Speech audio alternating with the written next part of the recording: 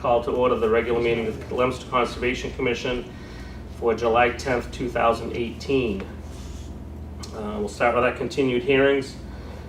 First hearing, pursuant to Mass General Law, Chapter 131, Section 40 is amended to be a public hearing on an amended order of conditions for traditional concepts for the construction of a single-family home, associated driveway, utilities, and site grading within a 100-foot buffer zone of a wetland resource area, address 4, Samoset Drive, map 398, lot 1-43, DP 199-1064. Is there someone representing the applicant? Yes.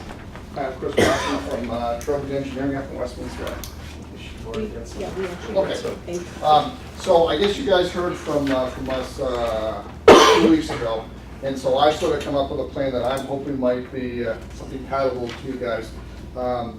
You know, Brian's in a situation where the order requires a large stockade fence with a 1 foot underneath it, and he's having trouble marketing that to people. So we're trying to come up with some kind of other you know, suitable buffer that keeps people out of the wetlands, but sort of also will work with this situation as well. So what I've come up with is a plan that shows a post and rail fence that would be located kind of running right on the ridge, the top of the ridge, not right at the top of the slope, so it affords some distance away from actually things being tossed and rolling down the wetlands, which I don't think, I'm sure you guys don't want. And so what I've also done is I've also supplemented it with some high bush blueberries that will be planted on the opposite, on the wetland side of the fence. You know, blueberries are, you know, generally readily available, you know, easily recognized generally. Most people think they're productive, like to have blueberry bushes. So I guess that's what I was kind of hoping that might serve as an adequate buffer to keep people out of the, you know, from trying to do anything down to the wetlands. The order also includes a requirement that the signs be posted on it to indicate to people that it's a wetlands, and I thought perhaps these signs could be put on the posts too. So I guess I'd like to hear what you guys think about my idea. Commissioners? I personally think it's a good idea. I think it's a good kind of compromise between what we really want to get done and you know, the issues. Is this to scale, meaning Yep. these posts? Well, no, that's not to scale. That's not to I mean, scale. that's just an AutoCAD thing, yeah. Yeah. I hate But to I'm see assuming more. that the posts probably be on, I believe, Usually like 8 to 6 foot centers, I think. Yeah. So Depending on what you get for rails. I'd want at least a few on those, you know, maybe 3 or something, you know what I mean? I don't think we need one on every single one, but maybe Every other one one on each maybe. end or something like that, so it's Every not, one would work. you know. I'm assuming you're talking just the little metal placards. I'm assuming, because usually these are 4x4 That's a posts. Yeah, just the little metal placards, so.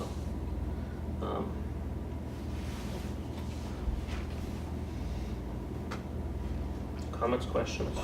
What's the height of the fence, Chris? 4 feet? Yeah, I mean, usually, I may not even be that, maybe 42, I think usually it's kind of about this high. So, I mean, it's not, you know, easy to get over. And I kind of extended a little bit, so, I mean, you really have to make an effort to kind of get around it. And where are we with this shed that's not supposed to be there? We're gonna have them move it. Are they in But- agreement? What's that? Are they in agreement to do that? Yes, they are, yeah, but just haven't pursued it yet because we're working on this part of it first. Yeah, Then we'll start pursuing that with them. I want to show it on there just so you can say, so they can also keep track of what's going on with their neighbors too on their property too. Yeah. And they've agreed that they move it. I'm all set, Mr. Chairman. Looks good, Brent. I have a couple of questions. What's the space of the high bush blueberries? I put 9 in there, so I guess, I mean, if you recommend one, we'll do it. Okay, can you do 8? Sure. 8 feet on center? Yeah. Okay. And can you just extend the fence to the side yard? Okay, right up to the property line? or Property just line on to- both sides? Yep. Okay. Sure. That's all I have.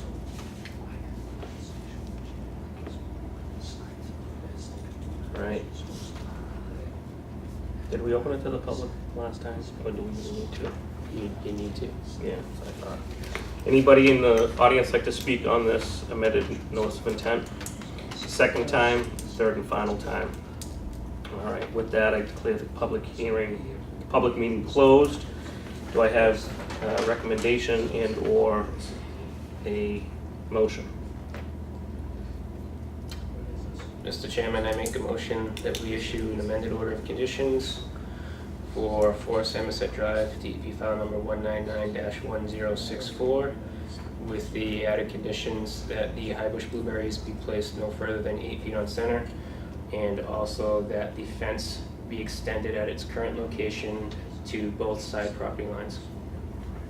And I'd like to add the placards every other fence post. I can put a couple of those things right up here and get this down to Angela so you guys will have a copy. Do I have a second I'll on that? second that, Mr. Chairman. All in favor? Thank you, gentlemen. Thanks, folks. Thanks, Wood. Now you have blueberry, you can tell people you're getting free blueberry bushes. Thank you.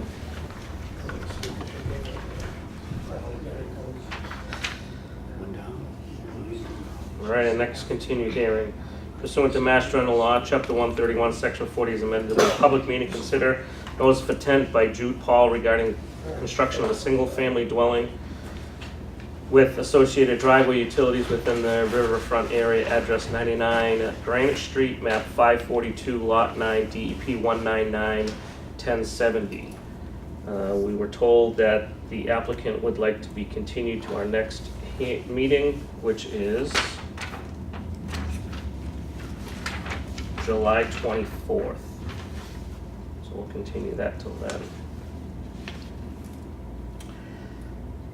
New hearings. Pursuant to Mass General Law, Chapter 131, Section 40 is amended. There'll be a public hearing to consider of notice of intent by Robert Bolio regarding the paving of an existing gravel lot within the riverfront area and bordering vegetated wetlands, address 1145 Central Street, map 549, lot 9. We are going to have a discussion and we'll open it to the public, but there's no one here representing the applicant. Okay.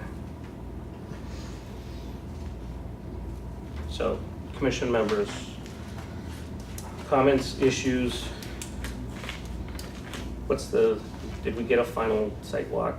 I have it today. It's kind of a busy day, but after the meeting, I'll go on to Doodle and select the final sidewalk and email it out tonight. Okay, so we have a site walk scheduled. We have an NOI, correct? Yes, and the DEP number came in half an hour ago. It's 199-1071. Okay.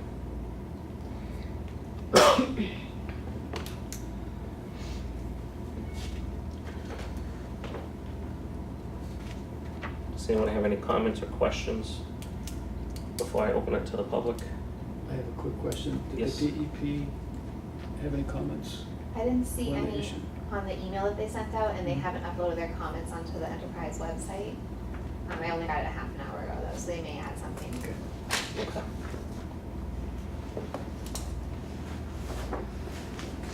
Is there a reason why the applicant isn't here? He's on vacation. Okay, he's just not available. That's fine. But I didn't know if they were working on something to change or No, it they was are just a. just unavailable. That's fine.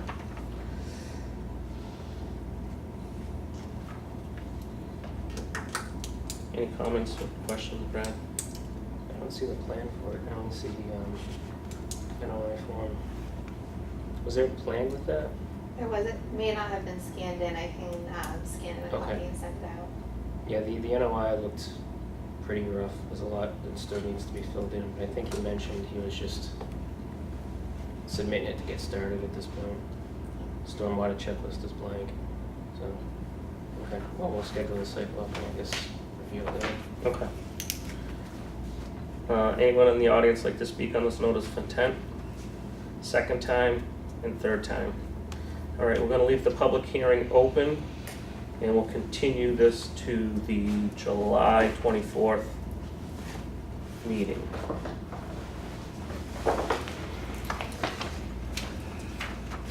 All right, moving on. Certificates of compliance, Pleasant Street Solar Farm.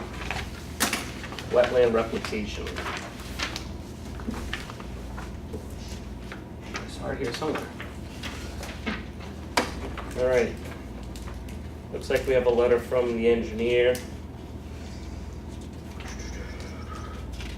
You didn't send this out to us. No, I just got it today. I You just printed got it today, out. okay.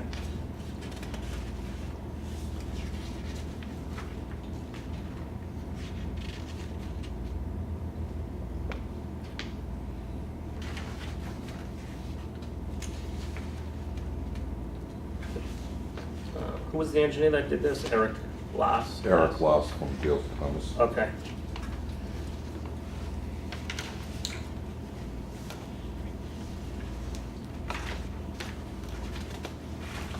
Looks like it's growing in some. Getting there.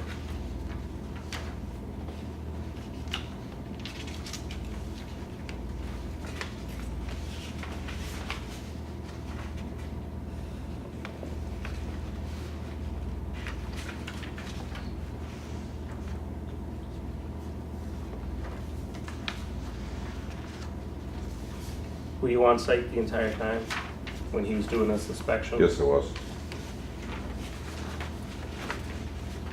Any comments did he make to you while you were out there, or? Basically, the comments that he made to me were pretty much the same ones that he put on the bottom of the pictures there. Yeah, That, you know, most of the area is at 75% or more, because Right. there's the two replication areas.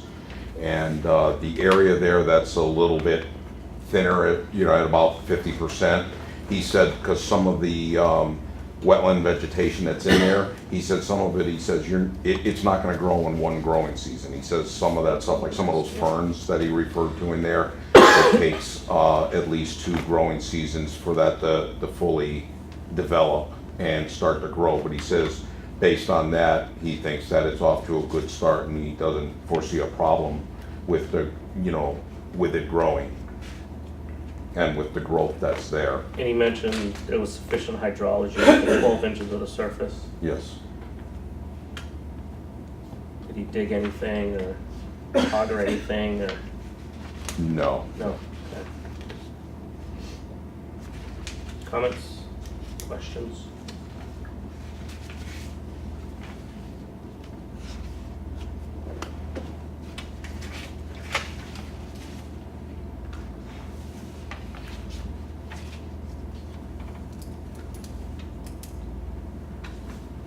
Did we omit the 2-year window on this We plan? did not put that on this one. That's correct.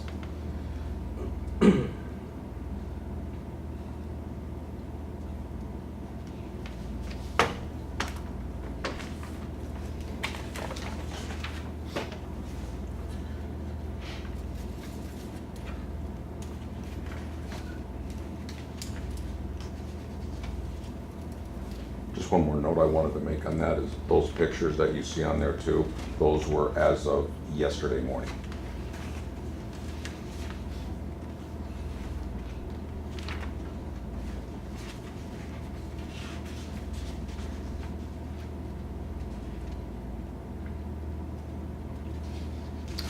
Those straw wattles that are in there for erosion control? Are Excuse me? those straw wattles that are in there for erosion control around that replication area? Is that Yes. what that is? Yeah.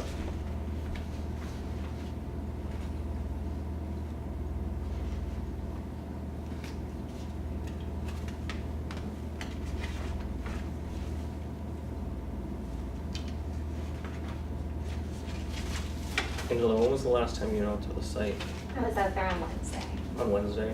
Did you see any mold growth from the last time you were there? Yeah, even you can see in the pictures, it was definitely growing. Right, Every time I go out there, there's always a little bit more. right. And like, Mr. Mingus said that, the other ones, the ferns may take more than one season to grow, but we unfortunately didn't have that in order conditions. Right, no, that's fine. Okay.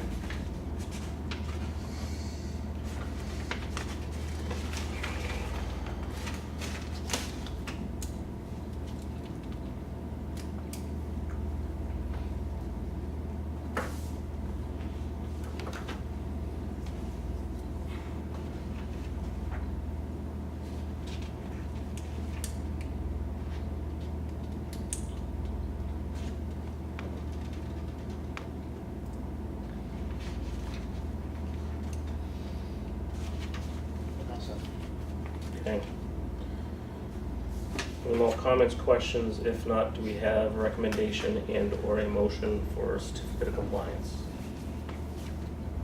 Mr. Chairman, I make a motion that we issue a certificate of compliance for the Pleasant Street Solar Nexamp project, DEP file number 199-1013. Do I have a second on that? I'll second that, Mr. Chairman. All in favor? Thank you, sir. Thank you, sir.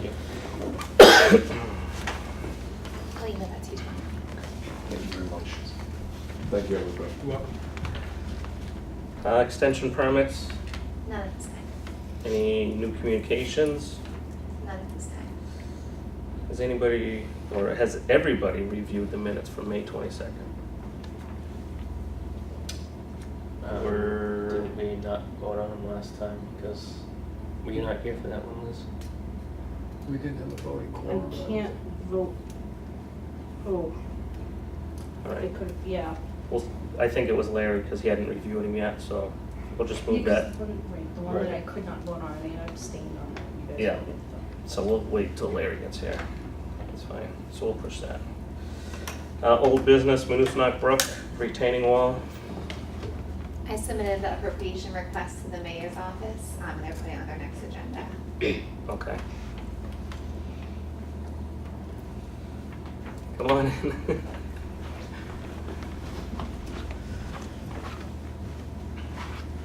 Sorry about that. Basically,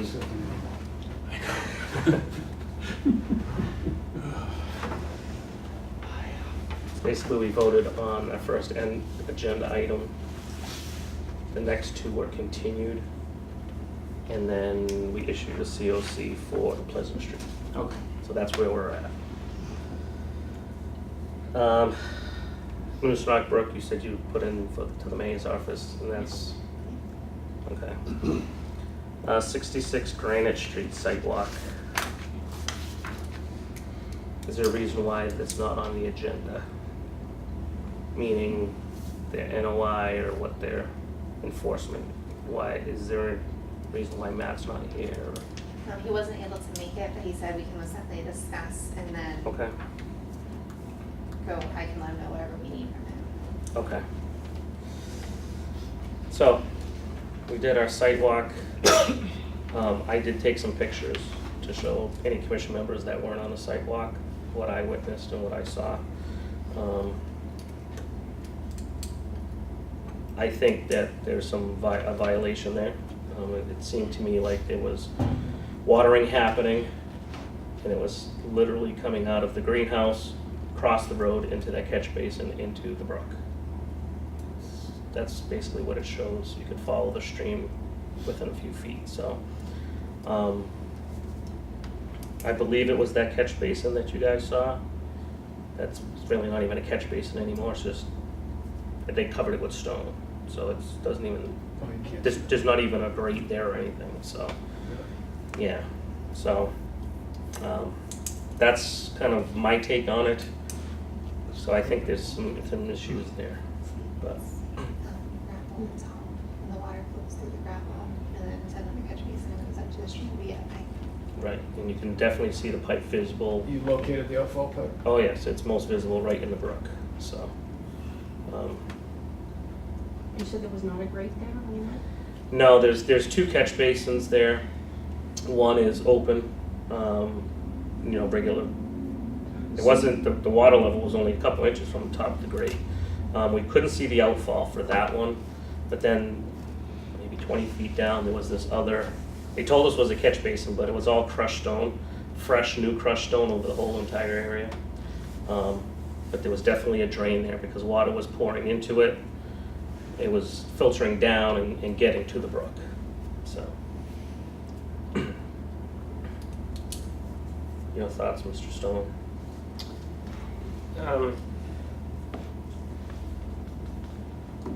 No, at one point I'd asked if you could go take a look at it, Angela, when it was raining. Were you able to do that? No, they did not want me on the property when it was raining due to liability issues. So they wouldn't let you look at it when it was raining? Okay. And that's really when you need to see it. Right. That's a first. I've never seen anybody say, no, you can't come on the property when it's raining. So I think from the site walk too that we learned that there was some enforcement history with the department as well. So I think before we take any formal action, I'd like to probably start a conversation with them and Mister, find out what was done in the past, maybe let them know what's going on now, and go from there.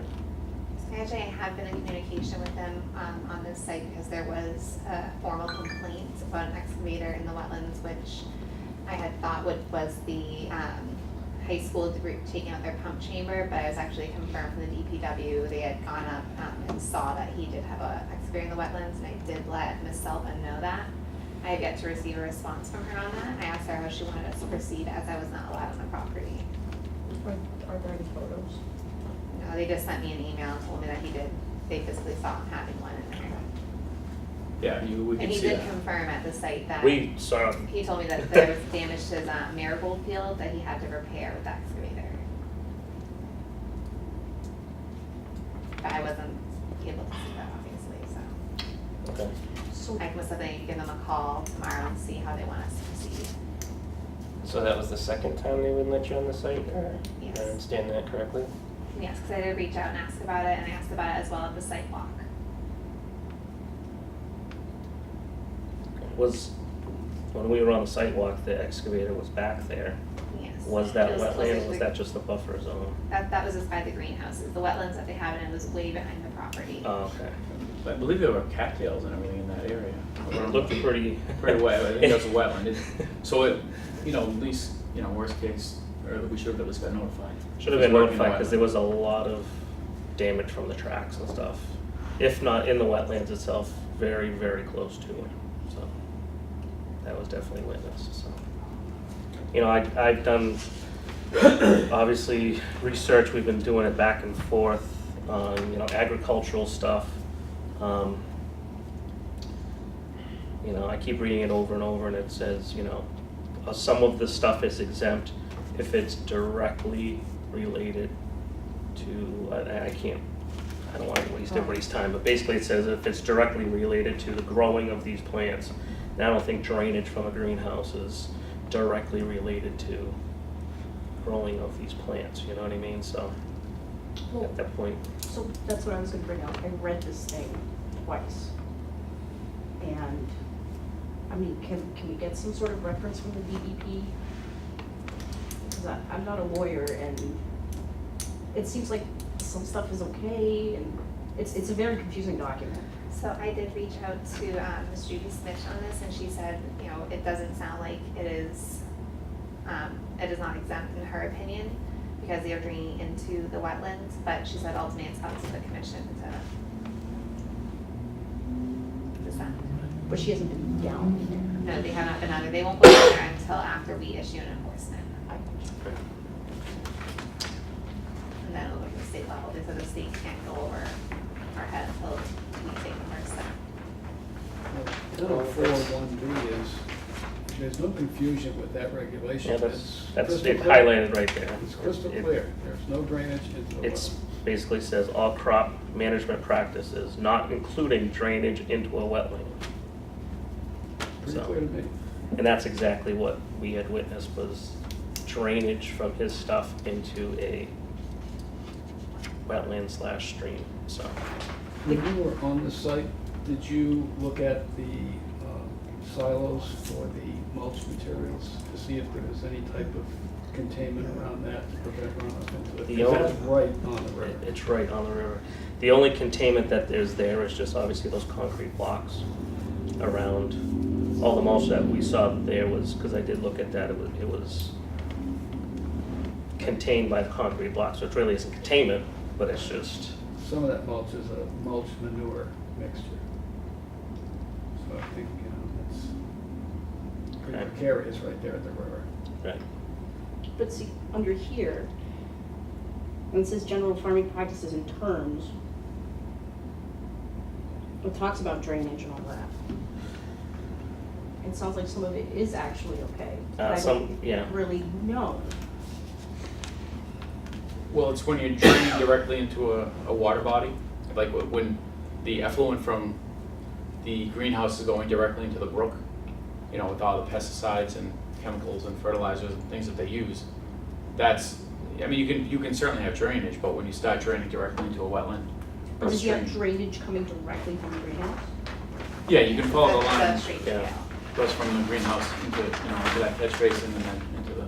From the greenhouse to the catch basin is about 20 feet total.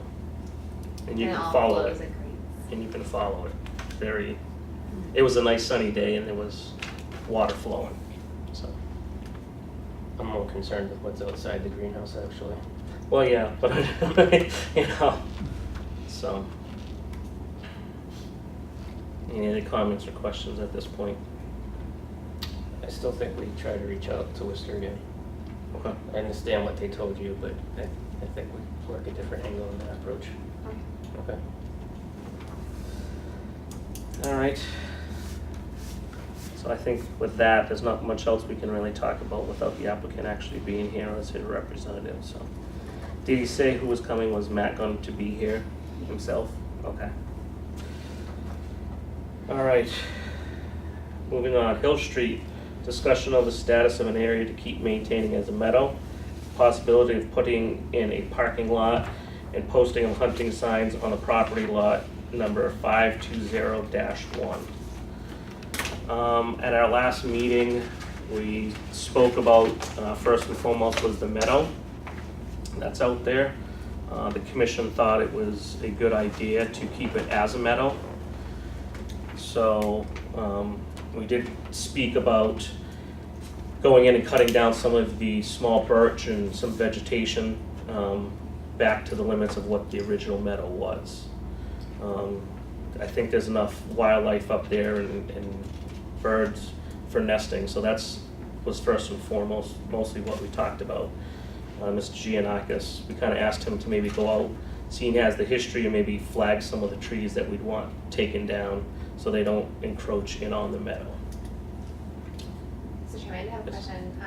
The DPW would like to know a date after they could do, I know we discussed September. Is there, September 25th after that, go out there and do the tree cutting, or I believe I'd have to double check, but I believe late August was sort of late August? what I had heard was, so we had always picked September as sort of that way we're out of the weather. It What was the wildlife that we were? It's it's just different birds that nest in the In the meadow. In the meadow.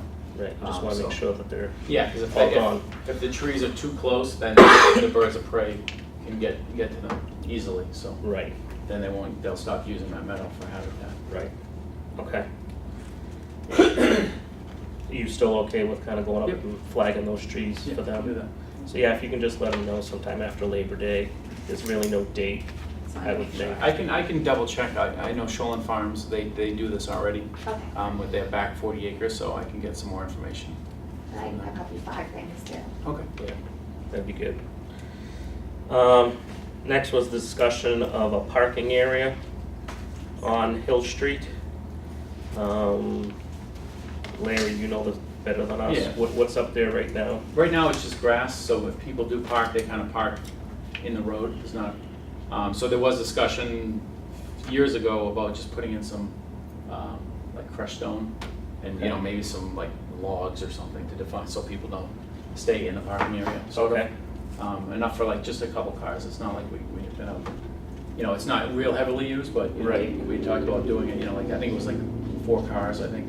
Right, As a possibility, or even just having a few spots where people could drive in and be off the road. okay, That's something that, I think there was some issues, and the reason we discussed that was the neighbors were complaining. I believe that the reason it came up is that people were parking, but they were parking so far off the road to be out of the road that they were actually parking on their lawn, sort of. okay, So that's how that discussion initially came up, so. okay. Over the last couple of weeks, our agent has done some research on this. This meadow or this land was purchased through a grant, is that correct? And the grant had very specific items in it. And I believe, unfortunately, I didn't have a chance to read all 40 pages of the grant. I know you said you had read it. What was it? I think you mentioned 4 parking spaces, kind of very, Yes, so basically the grant was a self-help grant, and some of the requirements were it had to be accessible to the point where they even asked if we had public transportation up to the area. And actually at this time, there's actually no parking sign I heard there's actually two no parking signs on city land. I did do my research, I looked at the past 10 years of city ordinances. It never went before city council, so I'm not sure, and DPW did not put the no parking signs up either. So there's actually 2 signs that say no parking on that area. Where, which area again specifically? On the Hill Street, right in front of the no hunting this entrance sign, right along the road. If you look on Google Earth, you can see it. What house number is that near? 'Cause I don't think this parcel has an address. 178 is one of the house numbers I usually use to pull it up. So do we know who puts the, I mean, the city council has to vote on no parking sign, Currently, they I have believe. no idea who put them up. I went through the 10 years of the city ordinances. There's, I only knew of one, but I was informed by a resident that on the other side, after the I think it's the 178 property, there's another no parking sign on city property that should come down, because other than that area, and I did actually speak to Matt Mara, who was originally the person who started this purchasing back in 2001, and that area was supposed to be used as a parking area so everyone had access. And that was supposed to be the main access entrance point to these trails. Okay. And, he said his idea back then was, have 5 parking spaces, use logs or something to kind of delineate where the property lines were to kind of prevent anyone from driving into someone's hydrangeas or hitting, someone's car. Okay. What else did you notice in the grant? So notice in the grant that it's supposed to be, we're not supposed to really restrict anything, it's supposed to be open to all passive recreation. And I actually spoke to Mr. Morrow about this as well, because he's the one who originally started this, and he's actually gonna write up a narrative to add to the file. So basically, he said that he was actually shocked that the no hunting this entrance signs are still up, because his understanding was that they were only supposed to be up for a couple of years, because there was an issue with a specific group of hunters that were leaving carcasses there. And that was supposed to kind of be posted up to kind of discourage that for a while, and then once everything cooled down, they were supposed to come down, because there really is no other access point to park your car and go in. I did drive along the Elm Street, as you guys can see in the images. Most of the Elm Street parking areas have no parking fire lane signs. So you can't park there to entrance it. And then I did speak to a couple other agents in different towns to see how they handle conservation land and hunting. And their recommendations that they received from Mass Wildlife were to put up, right at the entrance, an educational kiosk, as well as I did speak to Arthur O'Leary from the Sportsman Club, the president. And their recommendation would be to put up in the kiosk, I did take a picture of another kiosk in town, the hunting, the rules, you're in a neighborhood, 500 feet radius rules, as well as, hunting seasons and no hunting on Sundays is what typically gets put up. I also watched a couple of clips that were submitted to me, and it looks like that was kind of the idea in the past, was to put up a big sign, from Miss Frida, I believe, that said, you're in a neighborhood, be warned, 500 feet radius. There is a kiosk up there. Yes, it's a little overgrown right now. I was thinking we Okay. could probably go up there and take care of, there's actually nothing in that kiosk. Yeah, right. So that was another thing that, we're not really using the resources we have up there. I also contacted the police department. I spoke to Chief Goldman, Officer Robichaud, and Officer Galvin. In the past, 30 years, they've never, had any reports of bullets hitting houses. I spoke to a couple of different residents who had also not, had any experience or heard of that. Okay. Can you explain this picture to me again? So this map I presented to you is a map that was given to me by Mr. Van Grazi. And the circles represent the 500-foot radius, so it kind of Okay. shows, and you can kind of see the access points to the Cutler Estate on there as well. There's quite a bit of land still there for them to hunt outside the 500-foot radius. Right. So Marco presented this to me when he had issues a couple years ago. So everything in red is Is the, this land? Is the land. Is, okay. And the meadow's down here on the corner. yeah, you can kind of see the limit. It's Yep. a little overshaded, but Right. So it looks like they can't hunt inside the meadow, but pretty much past the meadow, majority of it they can anyways, that way, okay. And I was maybe gonna suggest putting this up in the kiosk as well, just for knowledge, because I believe, To to show a 500-foot Yeah, buffer, where would that exactly. actually be? And that was a recommendation I got from one of the other conservation agents was, you put signs up, you show them where the houses are in regards. It's usually better for them to enter where there are houses. Okay. And there's no other access, because Not Elm Street easy. has no parking signs on there. Yes, there's no park, you could park on the side of the road, but it's a pretty tight wooded road and hike Right. down, there's also the reservoir there, so there's limited access. Okay, On the other side of Elm Street, there's another, I took some pictures of another recreation area that's maintained by the trail stewards, there's also hunting. And I spoke to some people who are out there bike riding, about how they felt about it, and it's posted right there, and during hunting season, I think I put the picture of the sign in the packet as well. yeah. And they haven't had any issues on that side.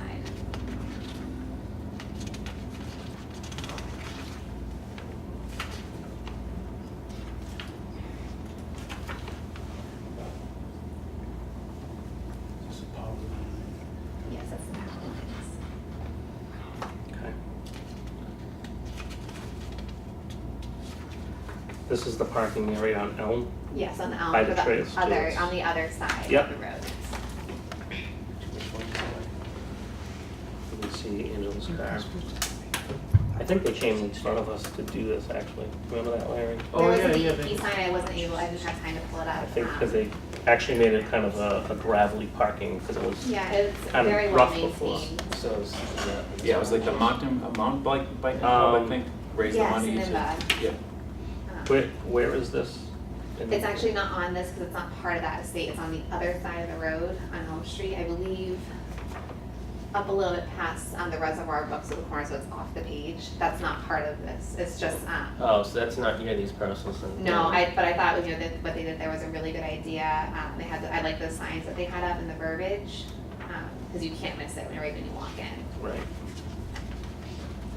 But I just, like, Yeah, Mr. Chairman. go ahead. So, as I'm looking at all these, it looks like there's frontage in 4 different locations.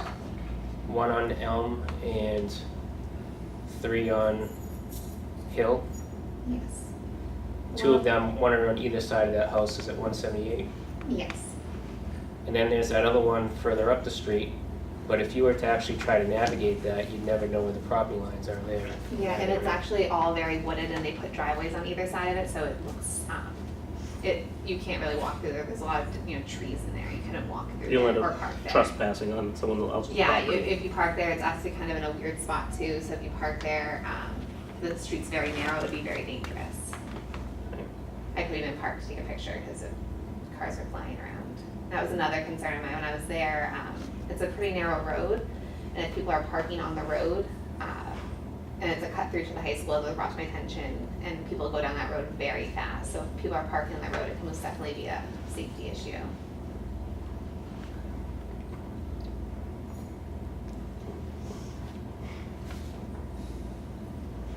So in terms of hunting, if you're not accessing near that home on Hill Street, you're really forced to only use this Elm Street entrance way on the other side. And you have to be dropped off. And you have to be dropped off. Yes, because that's where the fire entrance is, there's a little, you can see where people have been pulling off and dropping people off.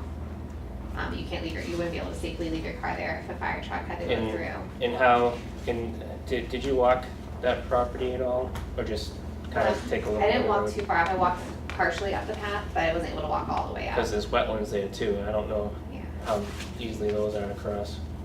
I didn't, Yeah, there's I like a didn't get path. that far up, to be There's a honest. path. Yeah, because the farmers used I to was access the nervous. field Okay. through there. I didn't wanna leave my car blocking the fire entrance. Oh, down here on Elm? Yeah, No, on oh, Elm. no, I'm not sure about Elm, I'm There's, sorry. there's 2 streams there. Yeah, I don't even know if those are crossable. I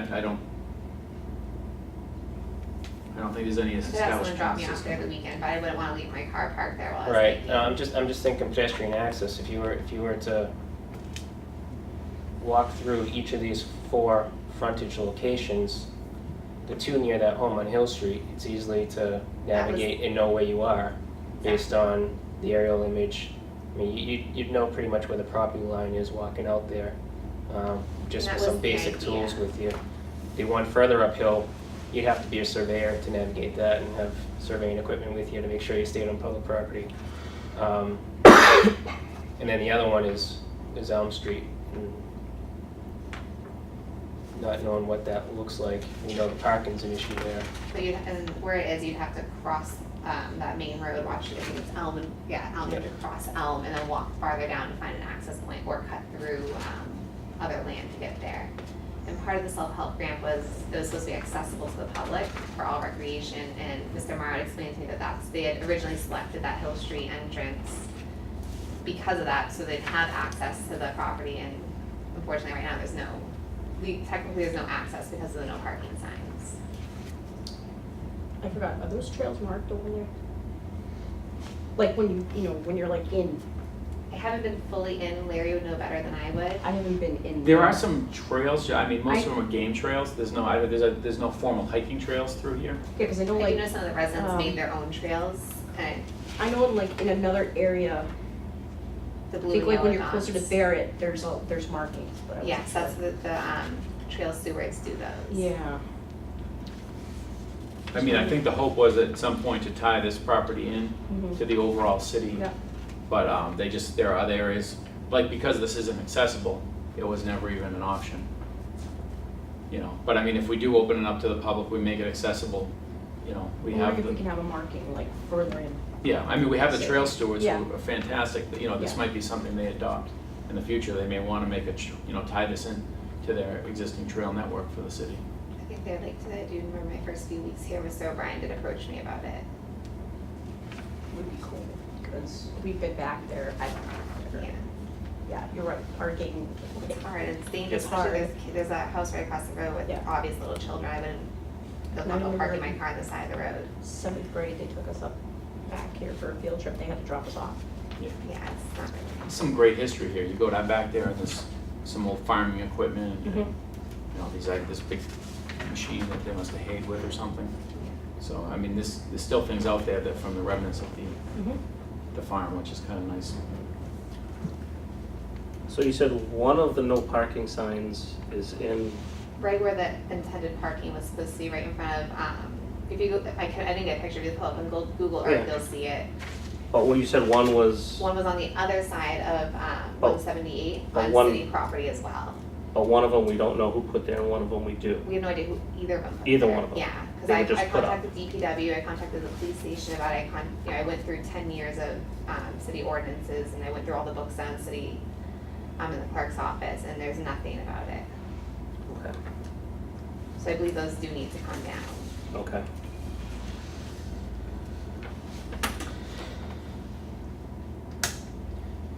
There's some other photos here, or some vehicles, or what else? There's like a trail. Yes, I did notice that it looks like there's some vehicles, I didn't have a measuring tape with me, so I wasn't able to measure out. I was hoping to get out there maybe with someone else and do some measuring to see if they're on the property or not. I did look at the past documents when the land was purchased, those vehicles are not there. There's some images in that file I emailed out, so those are news that someone left the vehicle there, and it looks like there's a trailer that's left there as well. It says there's an abandoned car, but I can't see it. But it's a different, there is a abandoned car, my printer is running out of ink, but I compared the images. Okay. And the abandoned car that was originally there, that was removed by the Conservation Commission, was farther down. Okay.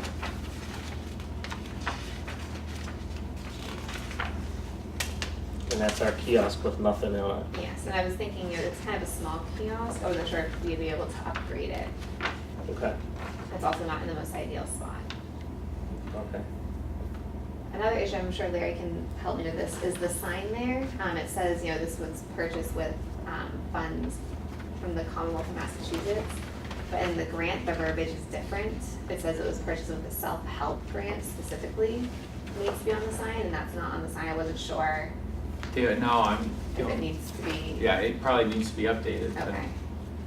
As well as there was supposed to be a granite rock, That's there, the triangular rock. it's not visible. Might be just I tall do remember, grass. I was like, I walked around looking for, I wasn't Yeah, sure it's where it close to the was. road. Okay, Let me see if I. So like if you were standing in front of this sign, I think it's sort of right in the Okay. front there. yeah, It's like a triangular sign. It was there I can go back out tomorrow and take a look through the grass. I drove by there with I drove my son to school every day over there, Yeah, so. I do know some of the mayor's aides went out too. That was one of the things that they brought up to me, that it wasn't the grant, it was not out there, that they didn't see. Yeah, well, it was there, Okay, so so it probably still is, it just, overgrown. we've been fortunate that, some of the neighbors have been cutting the grass. Yeah. So it could be that area just close to the road didn't get cut, Yeah. and, that's why I don't see it. Hopefully it's still there.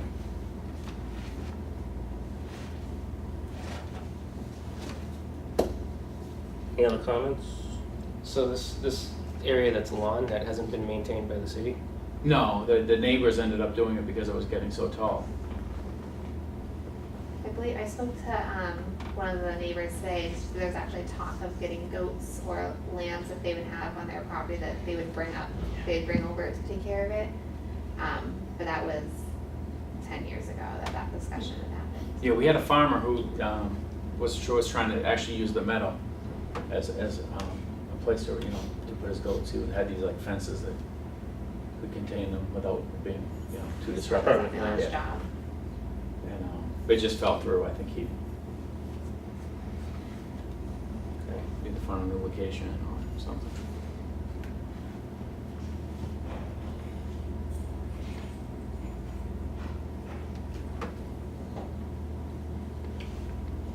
Do you want me to wait? Should I open it to the public? Go ahead. I'm assuming a lot of you are here to speak about this. Comments, questions? I spoke my piece at the last meeting. I think I covered everything pretty thoroughly.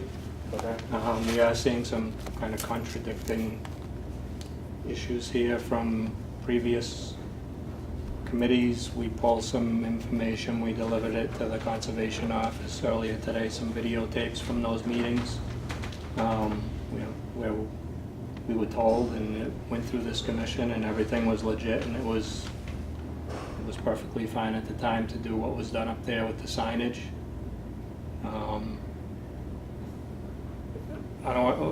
We talking about the no parking signs, the whole, the no parking signs, I think have been there since I was a kid. At one point, they did some work on the culvert on the side of the meadow, and the old sign that was there was all rusted. The guy bumped it in, knocked it over, and the city came back and put the one that was there in the same space. The parking, we've been up there since 2000. And, parking's always been fine. People just kind of pull up on the grass area. They pull up to where the kiosk is. There's never been any issues with the no parking signs. The people that use the land, they park right there on the side of the road on the grass here. I think we talked about that at the last issue. The parking thing came up, and Larry had commented that the parking was pretty sufficient, and at that time you guys voted on it, and it was all fine the last meeting. But getting back to the posting of the no hunting signage, I pretty much covered everything I knew about it. I still stand by it was fair process. It didn't take anything away from anybody. There's, I will dispute a little bit the access from Elm and Wachusett, that trail network that runs over by the power lines back there. Guys were coming over the hill, they were getting dropped off in the front, walking up over that way and getting picked up on Elm or Wachusett, or being dropped off on those and picked up on Hill. So, it's kind of like a he said, she said at this point. I'm just speaking what we saw, so. Mark Bedanza, I'm a Ward 4 councilor. I represent this area. So, a lot of history here. While we're on the parking part of it, let's address that real quick. There are parking signs and, worse than that, stop signs all over this city that don't have ordinances supporting them. There were 2 in my neighborhood, which is a reasonably recent subdivision. 2 of the 3 stop signs have no ordinances supporting them. There's been no parking signs on Hill Street for at least 40 years. When I was a kid, that was Lover's Lane. No parking signs back then, all the way down the length of the street. I lived on Elm Street for a number of years. When hunting season comes, there are people parked all the way up and down Elm Street, especially during deer season. So this thing has a peculiar history. In 2005, Mr. Merrow, who I believe was the agent at the time, went out to support the placement of these signs. There was never any suggestion in the record anywhere that they were going to be temporary in nature, that they were going to come down in a couple of years once people got used to it. It was clearly desirable to the neighborhood, desirable to the ward council at the time, my predecessor, desirable apparently to the Conservation Commission at the time, who wanted to make sure that the grant wasn't being jeopardized. And the word that came back from Kopelman and Page was was not a problem for the grant. The issue got revisited in 2007. I listened to an audio tape today. Mr. Giannakis is speaking that he reviewed or researched the issue of whether the signs would somehow jeopardize the grant or conversely would be permitted to be maintained in that area. And he suggested the affirmative, that they would be okay to put those signs up. 2017, this came up, wasn't on the agenda, apparently came up, there was action taken. I protested to Mr. Bengrazi, who was the agent at the time. We had a meeting, they reversed themselves to Concom at the time because of the open meeting law issue, I think, in part.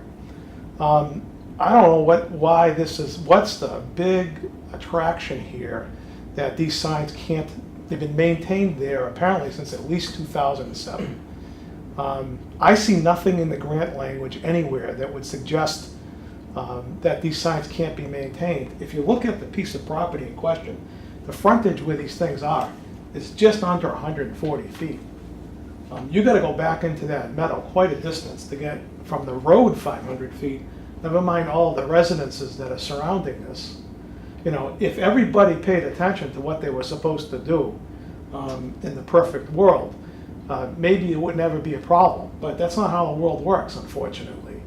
And I'm concerned as a ward councilor, as my constituents are, that getting rid of these signs is going to eventually, ultimately, reduce the safety of the neighborhood. There is not a lot of that metal that can be hunted when you do the 500-foot measurements.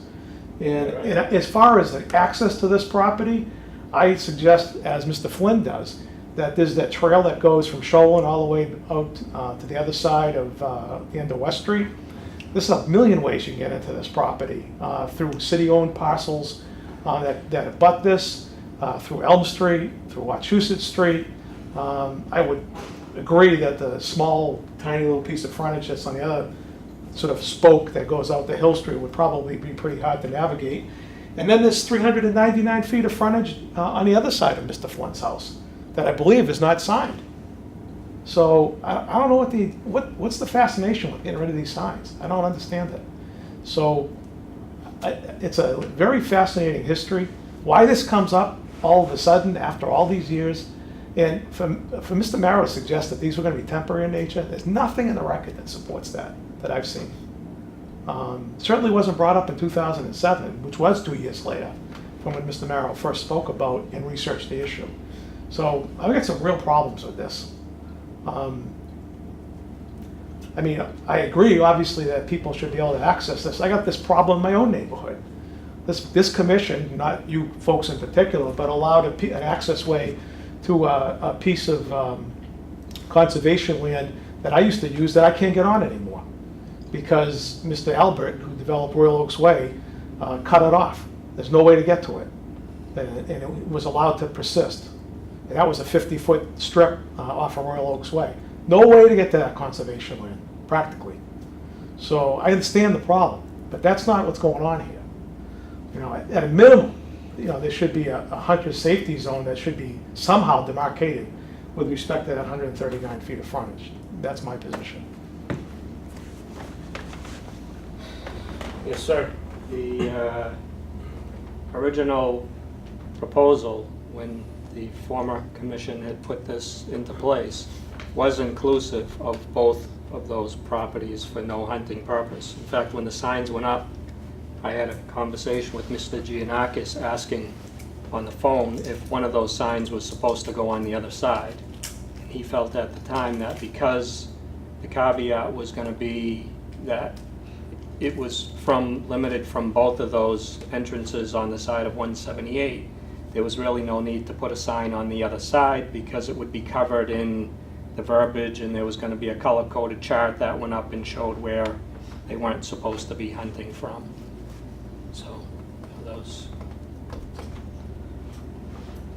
He had mentioned he had been doing this for a long time, and he thought maybe putting the signage would call attention to the fact that there was an entrance there. That was a phone conversation. You gotta go on word on that.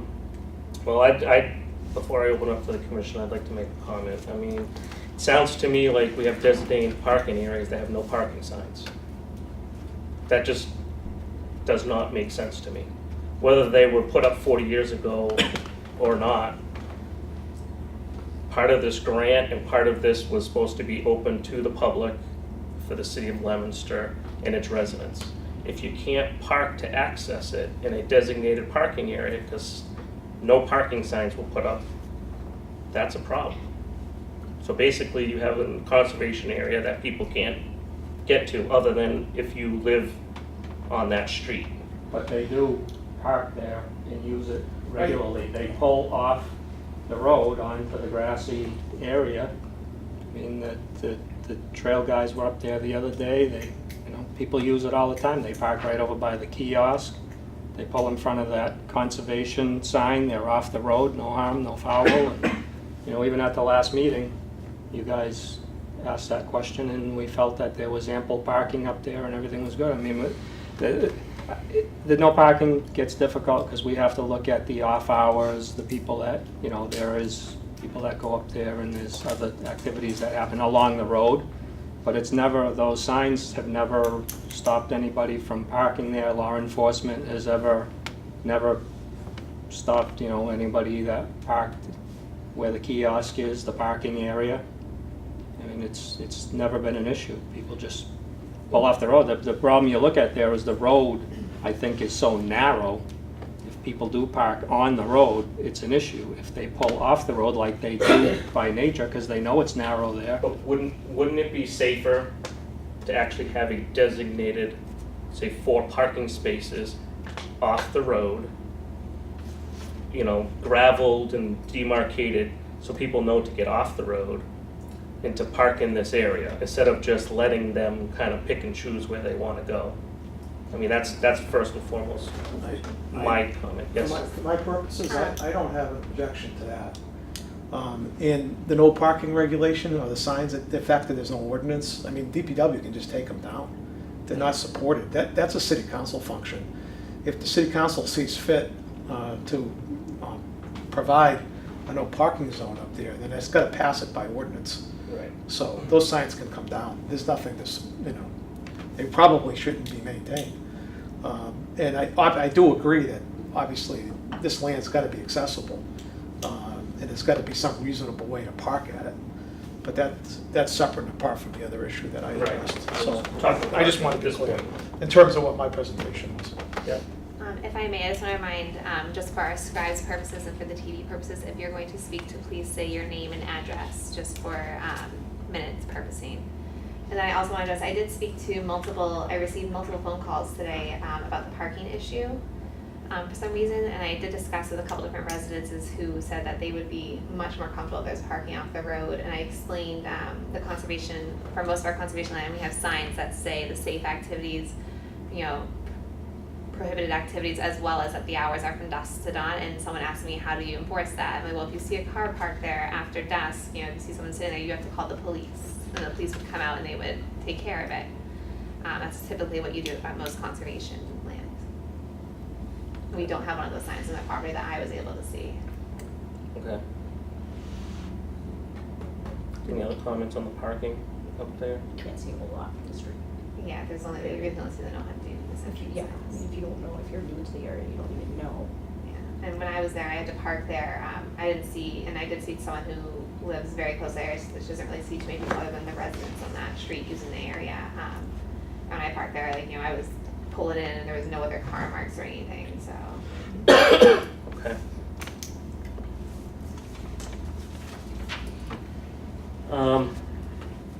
Any other commission members want to discuss the parking issue?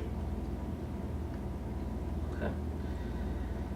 And when it goes to the hunting part of it, the reason this come up was access to the property to all that have the right to the property. Again, this is just my opinion as one board member here.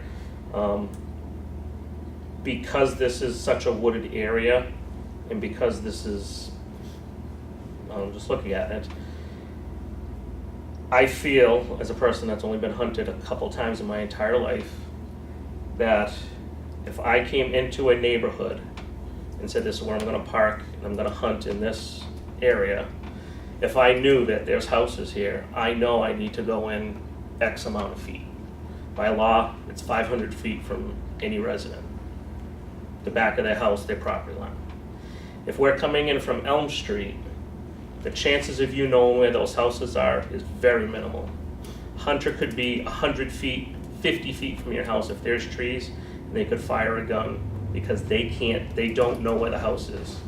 If you're coming in from Elm Street, again, I don't know how long that is, but that's quite a distance.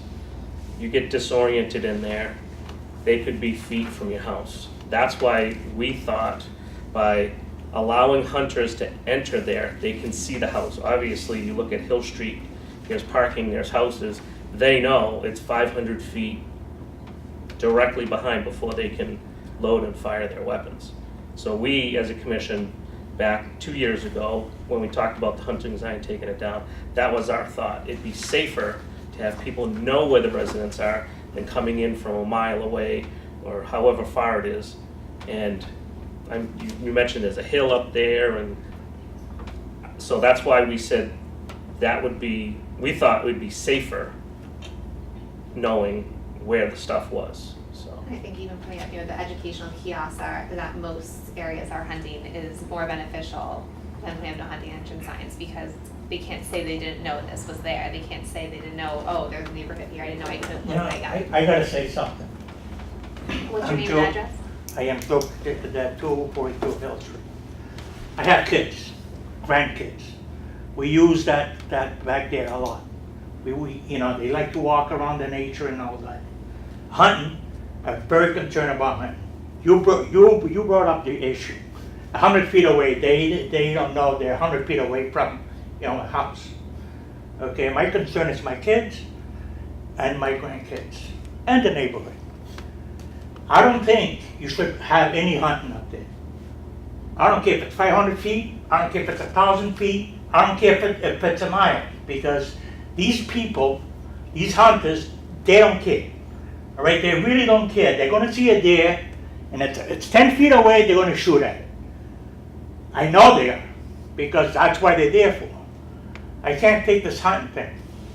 I bought a house over there 12 years ago, and there was no hunting. You know what I mean? This past springtime, there was, 3 or 4 times we heard gunshots. You know what I mean? That scares my grandkids.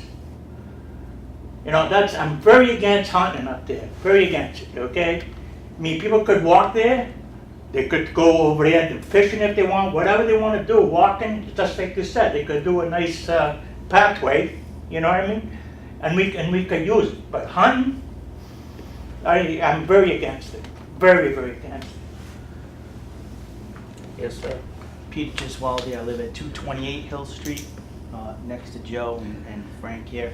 I'm also concerned as far as a safety factor, because if you make that area invitable, and now you're getting individuals walking there, it's residential. So we don't know who these individuals are. There is going to be crime. They could be walking by back there for reasons that are not just out there to look at the land and enjoy the nature. We'll be casing our homes. I'm a retired state and federal investigator. I know it happens. In the last 2 months, and you can check with the Leominster Police Department, I've personally called the police department because people are out there shooting. Joe has called in the last 2 months, and it's not hunting season. So there are issues going on out there that need to be addressed. And if you make that area more invitable, you're inviting the undesirables to go in there for purposes that aren't necessary. And it's a liability issue, I really feel, that you're taking on for us, the residents. That's what it comes down to. We border the state forest. There's access off of Wachusett Street. You have a huge kiosk sign with maps and hiking trails. I have personally walked it before this issue came up. It comes right down to that meadow. Might take you a little longer, but you get access, and it's not a difficult route. So I don't understand why you need to make that area more invitable and possibly cause issues for us, the neighbors in that area. It's unsafe. If I may, Yep. as I read the grant, so the Wachusett trails are not a part of the Cutler estate. So when we purchase some of the grant, they have special rules and conditions. We need to have access to this specific estate. Okay, I understand that, but are you saying that it's not permissible to walk from the Cutler to this? I would say we need to have access from the Cutler But there is The access. grant It's says, through this Leominster Forest. the grant says you need to have immediate access to this, not Okay. through someone else's property. It doesn't say for hunting. It's, right. But hunting Doesn't is say- considered a passive. There's nothing in that grant that suggests, because it's been researched twice, once by Copeland and Page, there's nothing that suggests that it has to be hunting. Right now, From that- that's- especially from that Okay, access It's point. accessible If right now. somebody's gonna get What- killed because what- you guys ain't hunting up there, Excuse me. You know what I mean? One at a time. well, I'm sorry, but I can't have a hunting up there. There's no freaking way. Guns, okay, kill people. You know what I mean? They do. It doesn't matter how careful you are. Somebody's gonna get hurt up there. Okay. Somebody's gonna get hurt up there. Can I speak, sir? Sure, go ahead. This gentleman is talking about not allowing people up there in his backyard because he's casing, that is not what he's talking about. Well, I'm So talking about now, hunting. now it's gone from hunting to, It always be, it's other crimes, and so basically, you got, this neighborhood group is telling us to not allow people on this city-owned conservation land because it No, might affect I'm your not saying property. that. I'm saying don't make it more invitable for people. It's already accessible. People park there. I'm home there. I see what goes on. Mr. Flynn sees what goes on. Cars are already parking there. So why are we making it invitable more for people to go? There's no problem people parking there now. They park off the side of the road. They're not stupid individuals. They know they have to get off the road. Why are we putting a parking spot there? This is conservation land. We're trying to okay. encourage the public to utilize the property. That was the intent of the grant, and that's the intent, is we want people to use Does this the property. grant say that it has to have a parking space? Yes, Does it say that it has to be believe it does. a gravel area with wood berms around it? It does not have to be a gravelled area, but the wood berms are suggested to prevent people Oh, from it's hitting suggested, so there's someone's- nothing in the grant that says this We don't has to have to. happen. So I just want to understand that it's your choice here tonight, should this go through. It's not anything in the grant itself Sir. that We're stipulates. trying to make the property more inviting to the general public. Right. That's the purpose of the By grant. doing that, you're making unsafe for the residents. That's what we're saying, or what I'm saying. And it's a liability issue. Hands down liability issue by you doing that. You want to make it more inviting? You're taking away our safety. What you're asking us, what you're suggesting is denying the public access to public No, land. I'm not saying By- deny it. by I'm not saying making leave it it as welcoming. it is. Leave it as it is today. And that's it. That's not denying any access. but the way Leave it it's- as it is. the way it is today does not meet our grant, and the grant was purchased, the city purchased this property according to that grant. It does meet the grant with all due respect because people are currently parking on it. Sir, did you read So the it grant? meets your grant. It Did you meets read- the grant if people are parking there now and have access to it. I have access to it because I border it. I've seen cars parked there all the time. Mr. Flynn has, Mr. Cadet has. There is no issue with cars parking there.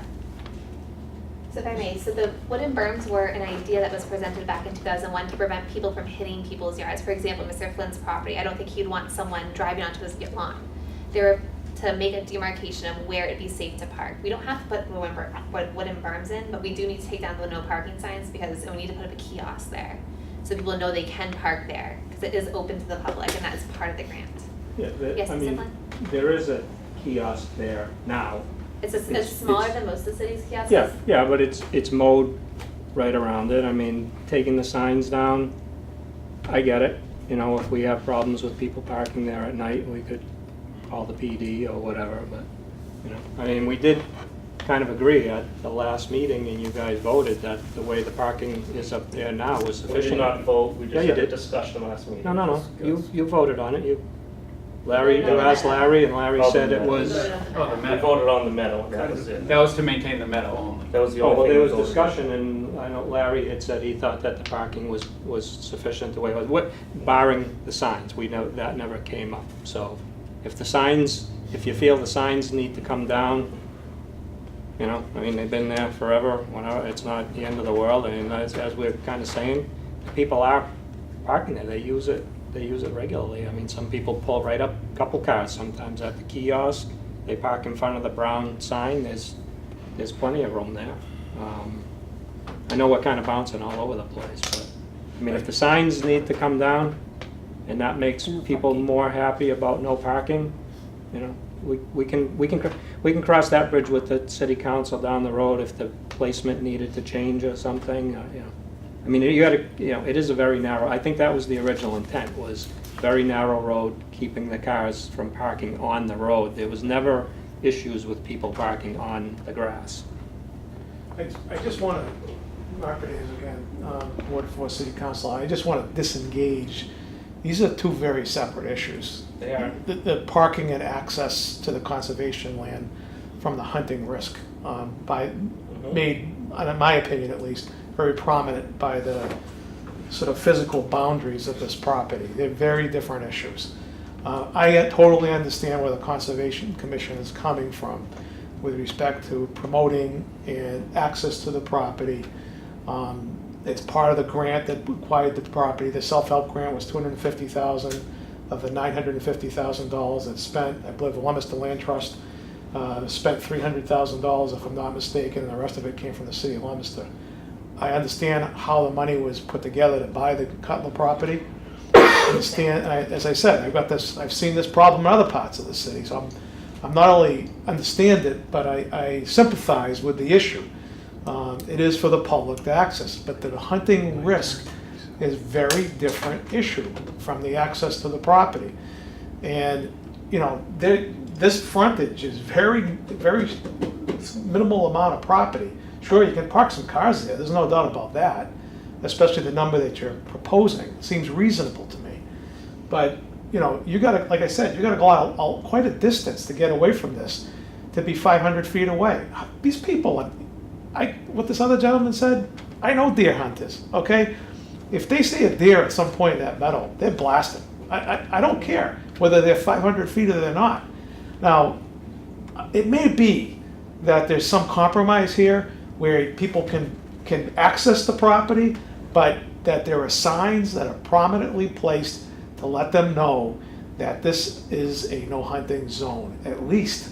I think there's a significant safety issue here, and it needs to be addressed, and I'm concerned about it. My problem with doing that is if we say no hunting on this parcel, what about all the other parcels in the city of Leominster, the conservation land? Do we say no hunting on all of them? No. Because from my own experience living in the city of Leominster, I had a hunter 70 feet from my house, access 400 acres of state forest behind my house from a different area, and he shot a gun as I watched him. So that is my fear, is he came in from a different access point, put his back to my house, and shot a deer 70 feet from my house. You're making my case. That's So right. the You're point, making a case right what, there. sir, excuse me, You're bringing it. you'll get your chance. One at a time. I can't So- stand so- this shit. So, Excuse me. we gotta maintain some decorum, okay? Please. So, I think you're making my case, okay? This has been a no hunting area since 2007. This isn't something new.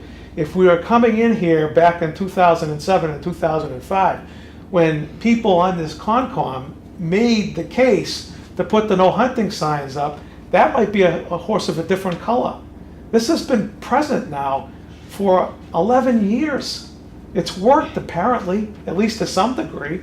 I agree, you know, this is a problem and a risk wherever you go in the community when it comes to hunting.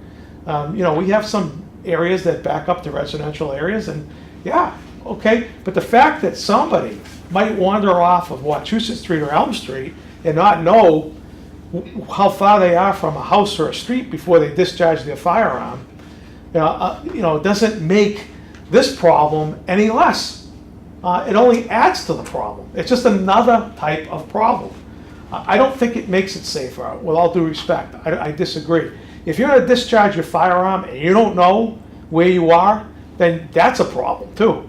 You know, these people have to exercise some responsibility. Correct. So, you know, I think it's, hey, look, it isn't broke, you know, don't fix it. That's my view. Angela had her first. Sorry. So we're not suggesting just taking the signs down, we're suggesting putting up an educational kiosk, which is in most cities that allow hunting on the conservation land. So I want to clarify, we're not just taking the signs down, letting it go free for all. We're putting up the signs that most cities do have, that Mass Wildlife Division of Fishery and Wildlife do have for cities to put up, because we do want to encourage safe hunting. We don't want to encourage, we don't want to encourage anyone, any harm to anyone. And it's not what the commission's goal is here. We are most likely going to work on making sure everything's safe. That's what we want to use the kiosk for. That's what we want to put up signs that obviously say, you're in a neighborhood, you know, this is the law, this is what you need to do. Because that's what, you know, that's what most areas are doing. Oh, with all due respect to the agent, I mean, what do you mean, what we're going to do? Isn't this the function of you folks as an agency? It is. I mean, so I object to the language by the agent suggesting what we are trying to do, quote, we. You know, who reads signs now Excuse- nowadays? Who reads signs? Sorry? I don't know anybody that reads any signs. You know what I mean? It's there. You know, they see the signs, they don't read it. It doesn't stop them from doing whatever they want to do. Hunting is very dangerous, okay? I'm afraid that somebody's gonna get killed because the hunting, they don't think twice. They see something, they're gonna shoot at it. You know what I mean? I mean, we could use, you know, the conservation, the land back there. But do we have to add hunting to it? No, we don't have to add any hunting to that. It's already allowed, sir. It's already permitted. I understand it's already permitted, but there is a sign there now that says no hunting this entrance. Why does this commission want to change that if we want to discuss hunting? Because hunting is permitted on this land, and Right. from the evidence we see, there is no other access unless you go through someone else's property But, or other trails right. to this property. But you keep saying it's someone else's property. It's city property. Well, Off but- Wachusett Street, that's the Leominster State Forest. That's what that is. It's not privately owned. You have access to it. We all know that. We can all agree upon that. So for you to say someone else's property, you're being a bit disingenuous. That is accessible to anybody that wants to utilize it. There is no reason to have access from that Hill Street access point, where it already stipulates no hunting this access, and put all of us here and the rest of our neighbors at risk. No reason for it at all. Liz? So the way I read this sign, no hunting this entrance, you're telling a responsible hunter has his gun, you can't go in there. That's how I read that. That's correct. And and I think that's, shouldn't be there. And again, a responsible hunter would know within 500 feet of a dwelling, you don't fire off your firearm. So I think the sign is redundant, to be completely honest. And I think more educational signage would be better. Maybe something like at the 500-foot mark. Or some sort of, hey, you know, look at me, don't do this. And a map would be, you know, that map that you have to say, look, this is where the properties are. Don't go near them. And then at that point, if something happens, call the police. Can I speak? Fred, wait a second. Fred, you had your hand up? You wanna- Yeah, just So did Paul. trying to think how I want to word this, but a few quick points. When you look at these, and you provided this, right? Yeah, well, Okay. this is their Frank has used. So you have some questions is, do you want to allow hunting on this parcel? If you do, you've got the same access concern with the residential houses at every frontage point here. So that problem's not unique to that one particular spot, it's everywhere. There was some mention about other areas such as Wachusett Street, or I think Shoalin. I quickly checked the GIS, and there is quite a number of private parcels in there too. So it's not all public that the public can walk through. And quite frankly, the geometry of all those parcels, it looks like most of them are landlocked. I don't even know how they exist in private ownership, but it's probably been there a while. And there's some question in my mind of how easy it is to navigate from somewhere else, although I certainly wouldn't rule that out as a possibility. I guess the other thing that is important to me is, do the hunters even care about this particular parcel at this point? You know, we do have a local sportsman's club. They probably are using quite a bit of public land in the area. Has this been one of the things that they've complained about in the past, not being able to access? Do they care at this point? In general, I'd like to promote hunting on conservation land, but I also understand the safety concerns in the residential neighborhoods. But again, if the hunters aren't using it, they don't care about it, it's kind of a non-issue, and I wouldn't want to see it go any further than that. But certainly, again, getting back to the access, it's, you know, the situation at, what was it, 178 Hill or whatever that area, that's not unique to that access point, it's this entire parcel. And this piece is how many acres, Angela? 98, I believe. I thought it was bigger than that. I think that's just one part of the parcel.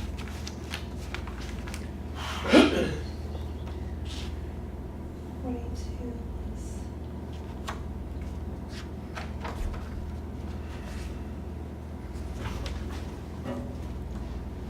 38 plus 2.5 plus 76, well over 100 acres. Okay, so that's a pretty big piece for us to put a, you know, blanket restriction on. So I guess, you know, I'm not comfortable with taking down the no hunting signs at this point until we look into it a little bit further, see if it's really that big of an issue or not. The other thing I want to comment on is the parking. While there may be nothing specific in the grant that says you have to be parking here, and truthfully, I didn't have time to go through the grant, so I don't know exactly what it says. I am familiar with self-help ramps. I do know a lot of the general language that goes in there. But we do want to try to promote the usage of our public property for conservation purposes. And when you have, you know, a street like Hill Street, it's pretty narrow. You can't really park on the street itself. You do want to provide some place where people can park and say, oh geez, that's there. Maybe I'll go use it and check it out. So I'm certainly in favor of looking into making parking a little bit more accessible there, at this point at least. The hunting sign issue, I'd want to look at a little bit further. That's just my opinion. Mr. Chairman, I've sat here and listened to everybody's comments and everybody's concerns. Mr. Bedanza, did you mention that the no hunting this entrance sign is not supported by a city ordinance? Oh, no, that would not have been required in ordinance. It's the management of the Conservation Commission that essentially placed that sign back in 2007. But the issue came up as early as 2005, and in 2007, I believe, is when the sign was actually placed. It's been there essentially since. Without a city ordinance? It doesn't require. It doesn't require one? No, it's just the management of the conservation, just like there's supposed to be a sign there. I know there was some discussion about the grant.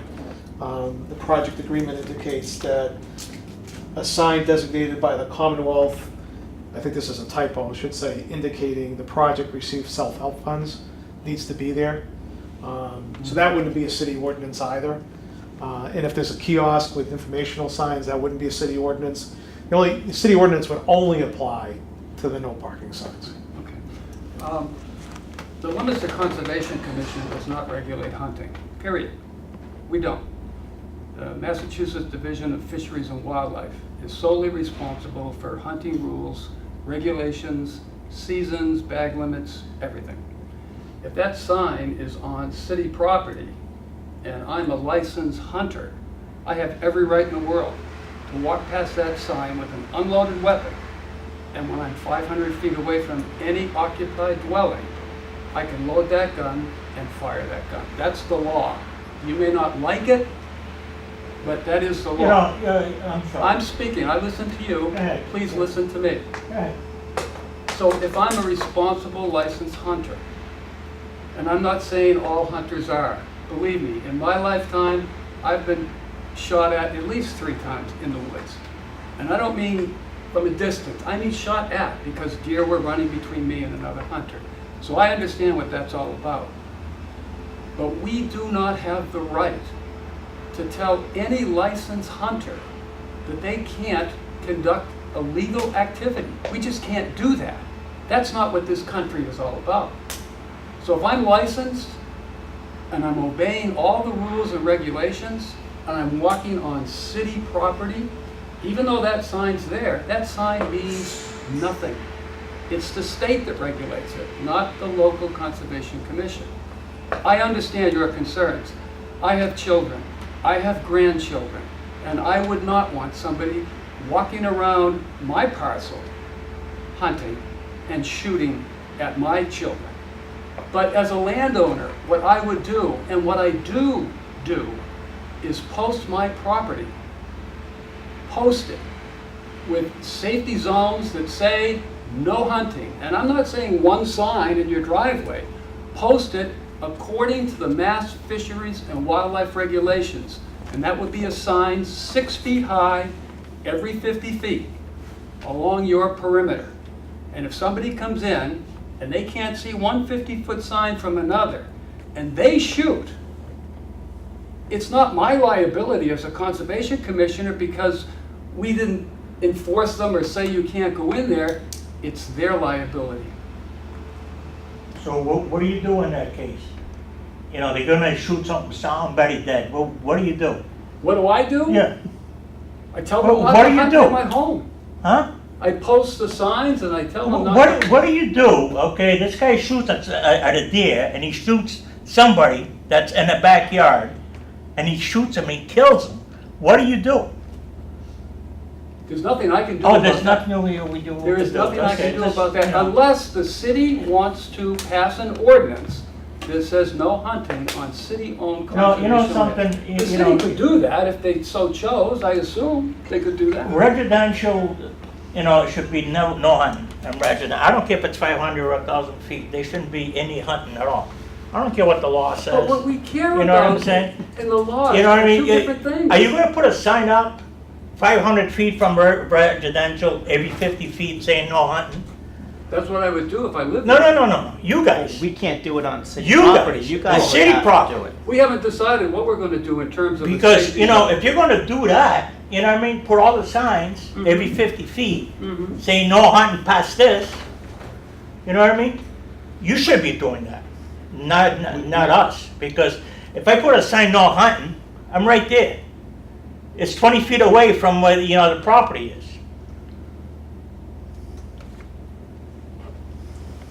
Well, then that would be our purview. If we wanted to make the area safer, we could put safety zone signs 500 feet. For example, when we look at these perimeters, we could post those up. That was supposed to be done in 2007. It wasn't cutting off the total usage of the land. It was putting that safety zone in effect. In fact, they put a little bit, they called it an extended buffer, where it was basically the tip of that hill along that ridge, so that people coming up over the top. Sure. Getting back to your piece about the commission doesn't have the right to do that. I mean, we have a video clip from the Conservation Committee. Mr. Bonanza has from the city attorneys, we have the video clip of the Conservation Committee in '07 saying that they talked this over with the city solicitors, and the Conservation Commission had the right to make that decision. So, again, we're getting kind of mixed signals here. That I have the clip right here if you want to hear it. I mean, Oh, I don't doubt it. I wasn't on the commission in 2007. Yeah. But it's the state that regulates hunting, not the Conservation Commission. well, I talked to somebody from the state, and basically what they said was they can only enforce what the local land says. If the land is marked, no hunting, no trespassing, no whatever, they can enforce it. Right. If the land isn't posted such that, there's nothing they can do about it. They only, Private property. no, That's no. He city said it property. didn't matter what the property was.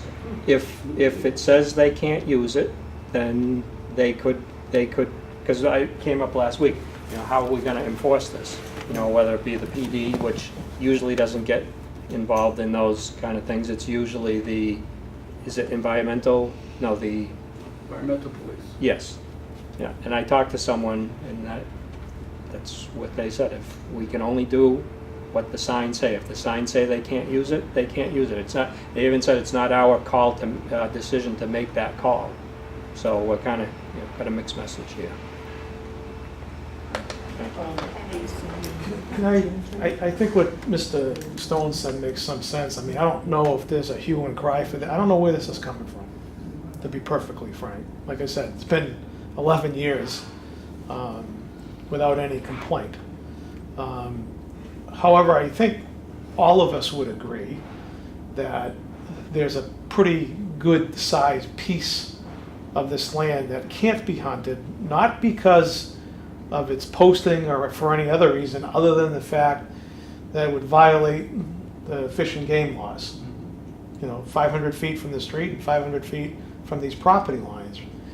I mean, as Mr. Flynn said, I don't know, why wasn't that done? Why isn't there a sort of safety zone that's set up with bounds that could be clearly demarcated to suggest where those 500-foot lines are? That seems of some logic to me. And, so I don't, look at, you guys are going to deliberate and do what you're going to do, but maybe step one would be to see, is there some kind of problem here that people, is a sportsman's club got a problem with this? Has someone particularly got a problem with this? And if so, at least at a minimum, if not maintain the sign, establish some bounds that can be clearly demarcated to show where these 500-foot distances are. It's not rocket science. It would seem to me to be a good way to do that.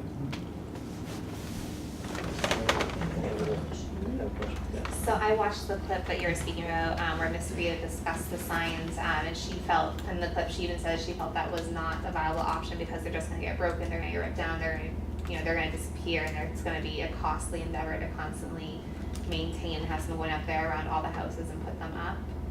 And I do know that was, I don't believe that was voted on. The clip you sent me was only 2 minutes long, so. Yeah. No, Like she had said that she didn't think that was a viable option. But I'll email you guys all the clip, I just got it today. I can, yes. I'm concerned about that option myself anyway, because again, as Paul had mentioned, the hunting firearms laws are statutes outside of this Conservation Commission. I don't want to be establishing as a Conservation Commission where these hunting safe zones are. What I could see happening in the future is there may be some houses that get developed that might not come through this commission because they're outside of our wetlands jurisdiction, for instance. All of a sudden, those zones get bigger, yet we've put markings or signs that say, here's the safe zone. I think at that point we may have some liability, whereas before we probably didn't. So I'd be a little bit concerned about doing that. I mean, if you were going to do some type of an educational thing, I think you'd do it at the entrances everywhere and just remind people of where to look for the state laws and what they are. But for us to be marking out where the firearm safe zones are, I don't think that's really within our purview there. Behind every property, that's, like you said, I'm thinking maybe just one further. If there's I haven't been back there, because I actually didn't know it could go back. But if there's like a main trail, maybe one, just saying, by the way, remind me. Or I had You guys are killing me here. You know, you really are, okay? You're saying 500 feet away from residential, the streets and everything like that. Now he's telling me don't put the signs up, telling people not to go over that. You know what I mean? I mean, I'm worried about, okay, safety, okay? That's what I'm worried about. You guys are worried about the money that you're gonna be spending? I'll pay for the signs, I don't give a shit. I'll pay for it. But we need something out there saying, no hunting after 500 feet, that's it. And as Mr. You know, if you need me to pay for other signs, I'll pay for it. Unbelievable. I just want to clarify, that's not what the point was. The point was to be a liability on the city, as Mr. Soda just said. If areas got developed within that zone and did not come before us, and we did not know, and the signs are still up, that's a risk. So putting those signs up put the people at risk. And then But you it's not a- fix it. You But fix it's the not sign. a risk to allow the hunting within Yeah, 500 feet of our homes? You guys By are not putting up unbelievable. signs? You don't consider that a risk? There's more risk on that than it is a freaking It sign. makes no sense. You guys are unbelievable. Come on. Seriously? I think we all can agree that it's a safety issue. It's up to this commission and how you want fix it. How Fix do you the want freaking thing. How do you want to fix it? I don't think it's permissible to do what Mr. Stone said and say, well, we don't want to delve into that. I think you're opening yourself up to an absolute liability should you do that. Absolute liability should you do that. It is this commission's responsibility to protect its citizens. If you're going to allow hunting there. If you're going to allow hunting there. Hunting is Th- It is. This commission does not cover safety issues. I understand. This commission covers Wetlands Protection Act, Yep. conservation land, Okay. and some stormwater. But if you're going to allow such an activity to occur within a residential district, you're liable. It's already allowed. It's already allowed today. It's a sign there that says no hunting this entrance. But there's That's nothing to what the stop sign- someone to walk in with a gun There is. from that entrance. What is? No, there's not, but we can contact the police because they're entering in an They won't area enforce not it. designated, number one. Number two, even though it's state-owned property, you, this commission, have the right to say, it's hunting here, but not from this area. And that's what we're asking. The police, that sign is not enforceable by the police department. And it's not. Because it's not, it was put up by. When I called them, and you can check the I have records, spoken with them and they said they didn't receive any calls. that's not true. But I'll go with you. Sure. Okay. I've called twice, Joe's called on an occasion, and this is just in the last 2 months. So I know they've come up. They have it on record. They came to my home, parked in my driveway, walked out to the meadow being discussed here this evening. That's what they did. 2 separate occasions. Hunting during non-hunting season. Never mind what it's going to be like when it is hunting season. Okay? It's designated. They came out. 228 Hill Street, they responded twice. They do come out when there's a call made. So for anyone to say they're not going to respond because of that sign is not true. We did not say they weren't going to respond.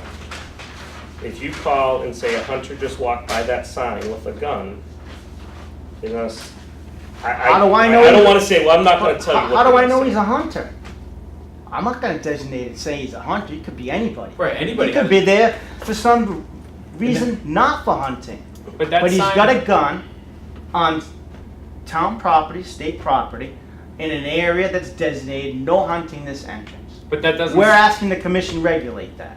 Are you saying you won't regulate it? You won't put signs to protect the citizens within 500 feet of our homes, as Mr. Stone stated? If someone has the legal right to carry a firearm, they can. I'm walk- asking a No, question. we I want want the my sign. question. Just I want- can I'm wait, excuse me, I'm speaking. And Just so let me am I, finish. sir, with all due respect. I posed the question to this commission. Will you put signs up 500 feet from our properties back into that area?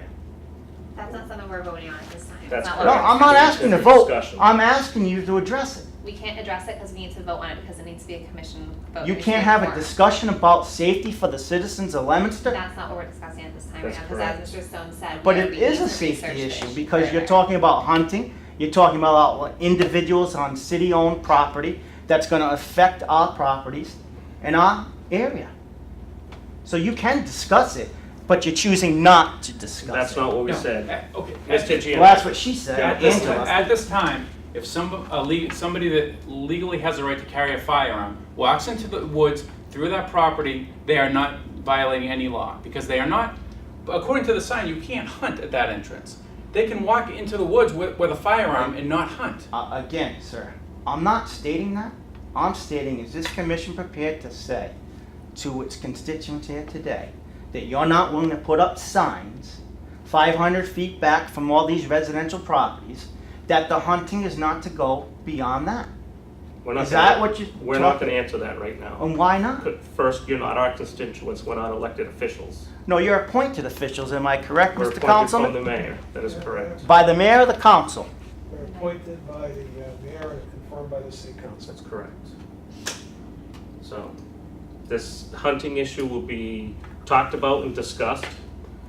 And, well, if it needs to go on the next agenda or the agenda after that, we'll continue to look at it. We're just trying to address this parcel of land that, I've been on the commission for 8 years, and every year, we definitely talk about the meadow, how we're gonna maintain it.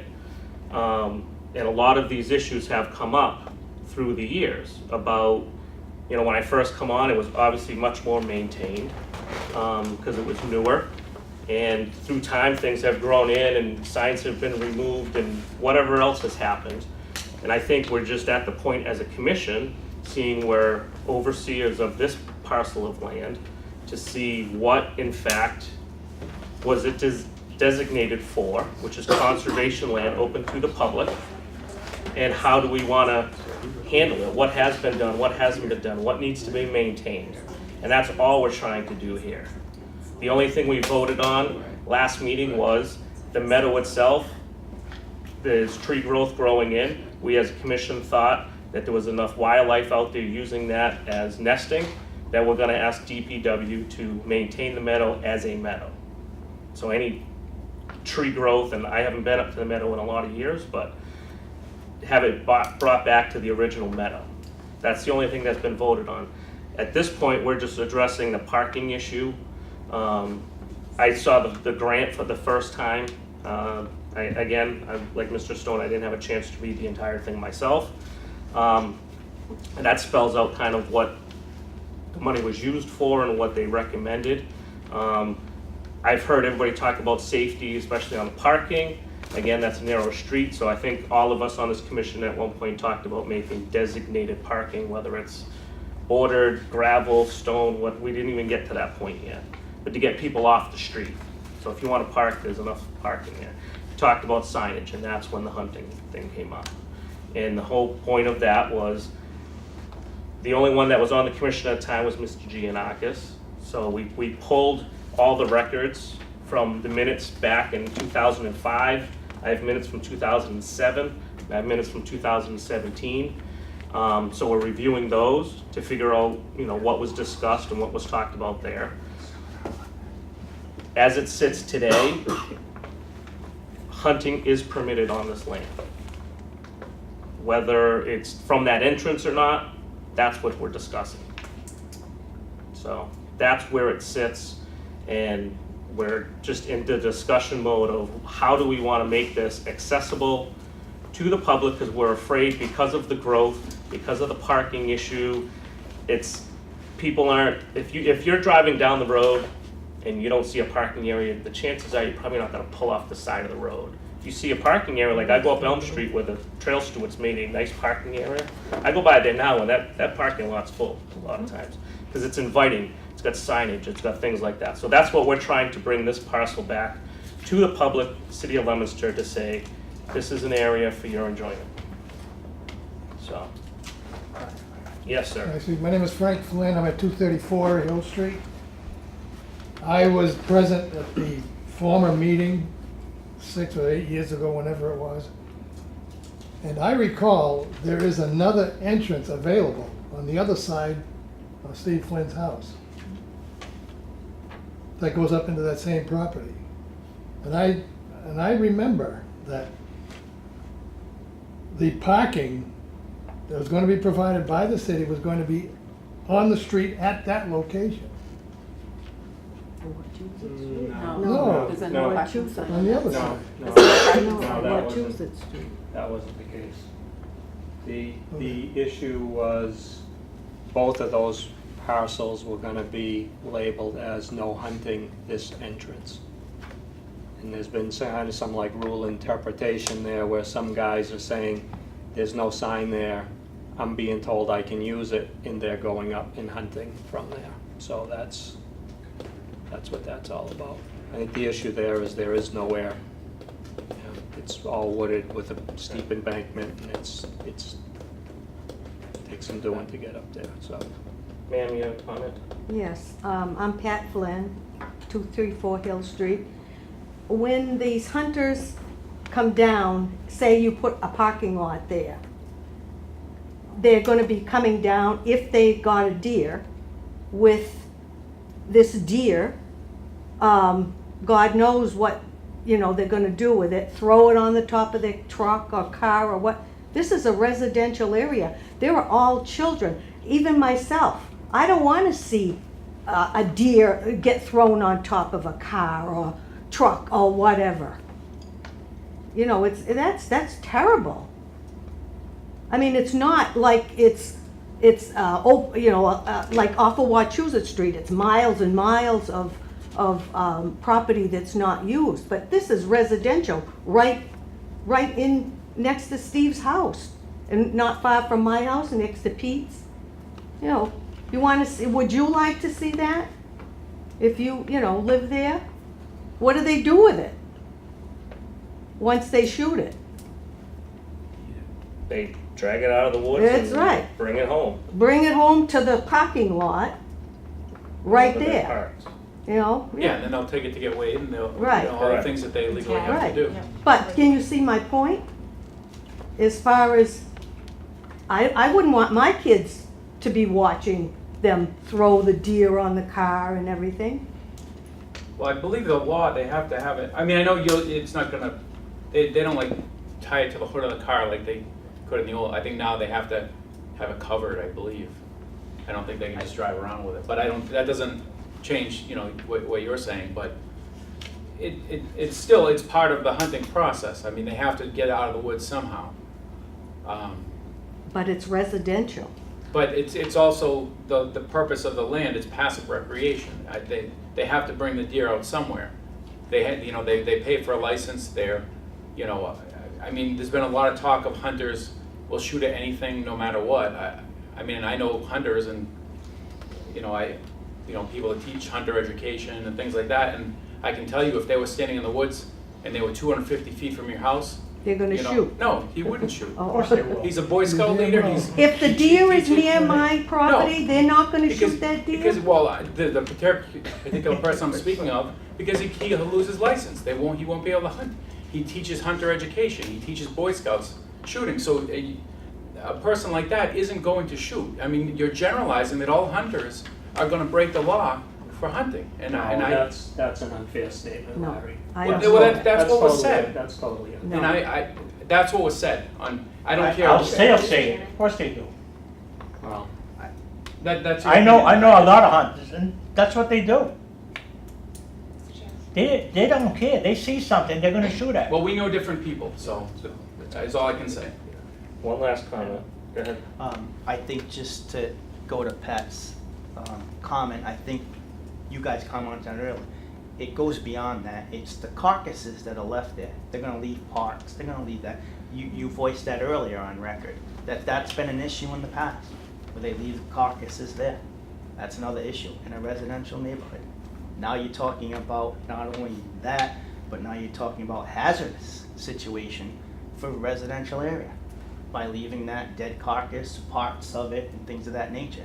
So again, you have a sign there, that says no hunting this entrance. I'm asking that it be left that way. And I'm not trying to be a smart aleck on this next comment, but there's 60 acres for sale on Hill Street right now. Has the commission looked at any kind of grants and reached out to those individuals? If you want to have some kind of an access point, you can make a park, you can do your hiking trails, whatever it is you want to do. Maybe they want to donate it. there's signs on Hill Street, 60 acres available for sale. 60 plus 2. What would the commission like to do at this point? You want to table this discussion for another meeting? We should get that. They will. All right. Can I say one thing before we wrap up? I think, sorry, Go ahead. I think the thing that we're looking at here is the demographic up there has changed dramatically since a lot of the people that used it many years ago. When the Cutler family owned it, it was wide open up there. There were no homes. A select few number of people, which they could pick and choose who use that land for hunting purposes, which is a good thing. You know, I wish we could do that now. However, you know, we need to look at what was once wide open farmland. It is very, what they call tight up there. You know, the residents are there. In a lot of these other areas, it's not as tight. And, you know, I know conscientious guys who, they won't go up there just for the simple fact, as they say, you know, it's not comfortable there. You know, where some people, it's not as much of a big deal, but you have to look at the homes. You know, we heard the concern about the public safety with the park, you know, that's the valid concerns. We've seen problems in other areas. We recognize there has to be parking up there. You know, the way it is, I think is pretty good now. The no parking signs come down, which, you know, is, I guess, intimidating to some people, but, you know, people don't park on the road up there. They park off. But I just want to say, the word that's used up there, it's very tight. And that's all, that's where we're coming with this. We're not trying to make this difficult for anyone or take anything away from anybody. You know, there have been security concerns up there in the past, which that needs to be factored in as a, you know, I know it's tough for you guys, that's the PD, but, you know, we live up there. There are people that we don't know who are up there with unlawful purpose or whatever. There's been, you know, at least a couple arrests. There's been some break-ins, things of that nature. So that's kind of where we're coming from is, you know, I hope you guys can sympathize with our side as well. So there's two sides to this. Okay. Thank you. Why are they changing? We'll table it to our next meeting. Give us some more time to review. I'd like to review the grant, and like I said, I got minutes from all these other meetings, and if any objection, we continue to. Mr. Chairman, when's the next scheduled meeting? It is July 24th. Yes, July 24th. Yes, yes, that's fine. Any objection, taking a 5-minute break? All right, thank you. Take a break. Good. All right, next agenda item is the boilerplate discussion. Did anybody do their homework like I did? Yes. You're a good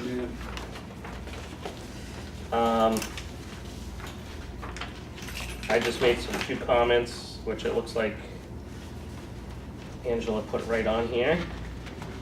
I highlighted them, all Yes, the changes that were made. okay. Including everybody's? Okay. Even Brad, Even Brad. What's that? even Mr. Stone's comments were added in, highlighted.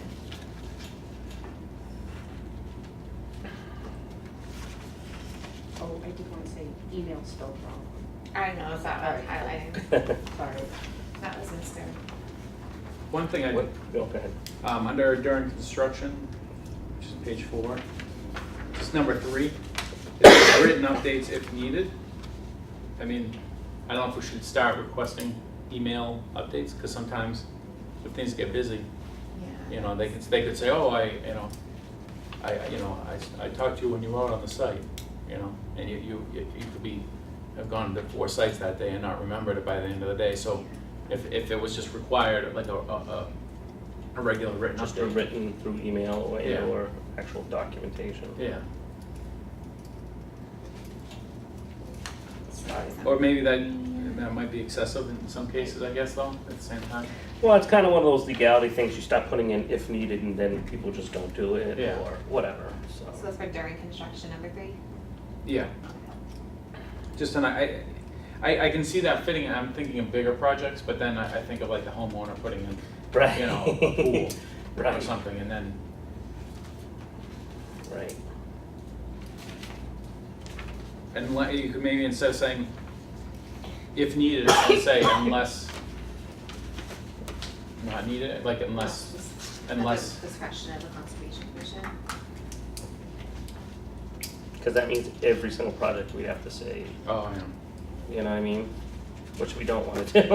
Right.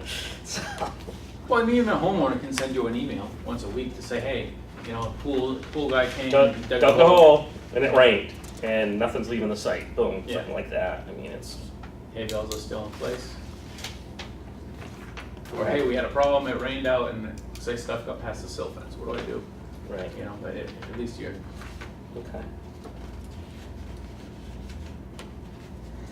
I mean, The only reason thing I worry about that is that that's not the only thing I'm doing in the office, so if we have 7 jobs going on, they're writing me weekly emails, and I also have MS4 permitting and whatever else going on, something may get lost through the cracks, so I don't think that, like, I don't wanna say small projects, but minor projects, maybe we can put something in, at the discretion of the, the commission, or put in like the, special conditions, weekly emails not needed, but, do you, right. Well, I guess this doesn't even, it says submit bi-weekly status reports in writing. And conduct event monitoring, because that's the one you're talking about, right? Yeah. Conduct event monitoring to ensure site stabilization and include written updates. Doesn't really say how often, we can Yeah. put in for, monthly or? well, it's an event monitoring, so wouldn't it be during a rain event? I mean, yeah. Okay. rain event. during a rain event over 2 inches. Yeah, we could just put in over X amount of, or make it more spelled out. Like a measurement, yeah. Yeah, just, Like a rain event over, not a drizzle, you know what I mean, like, figure out what that verbiage should be.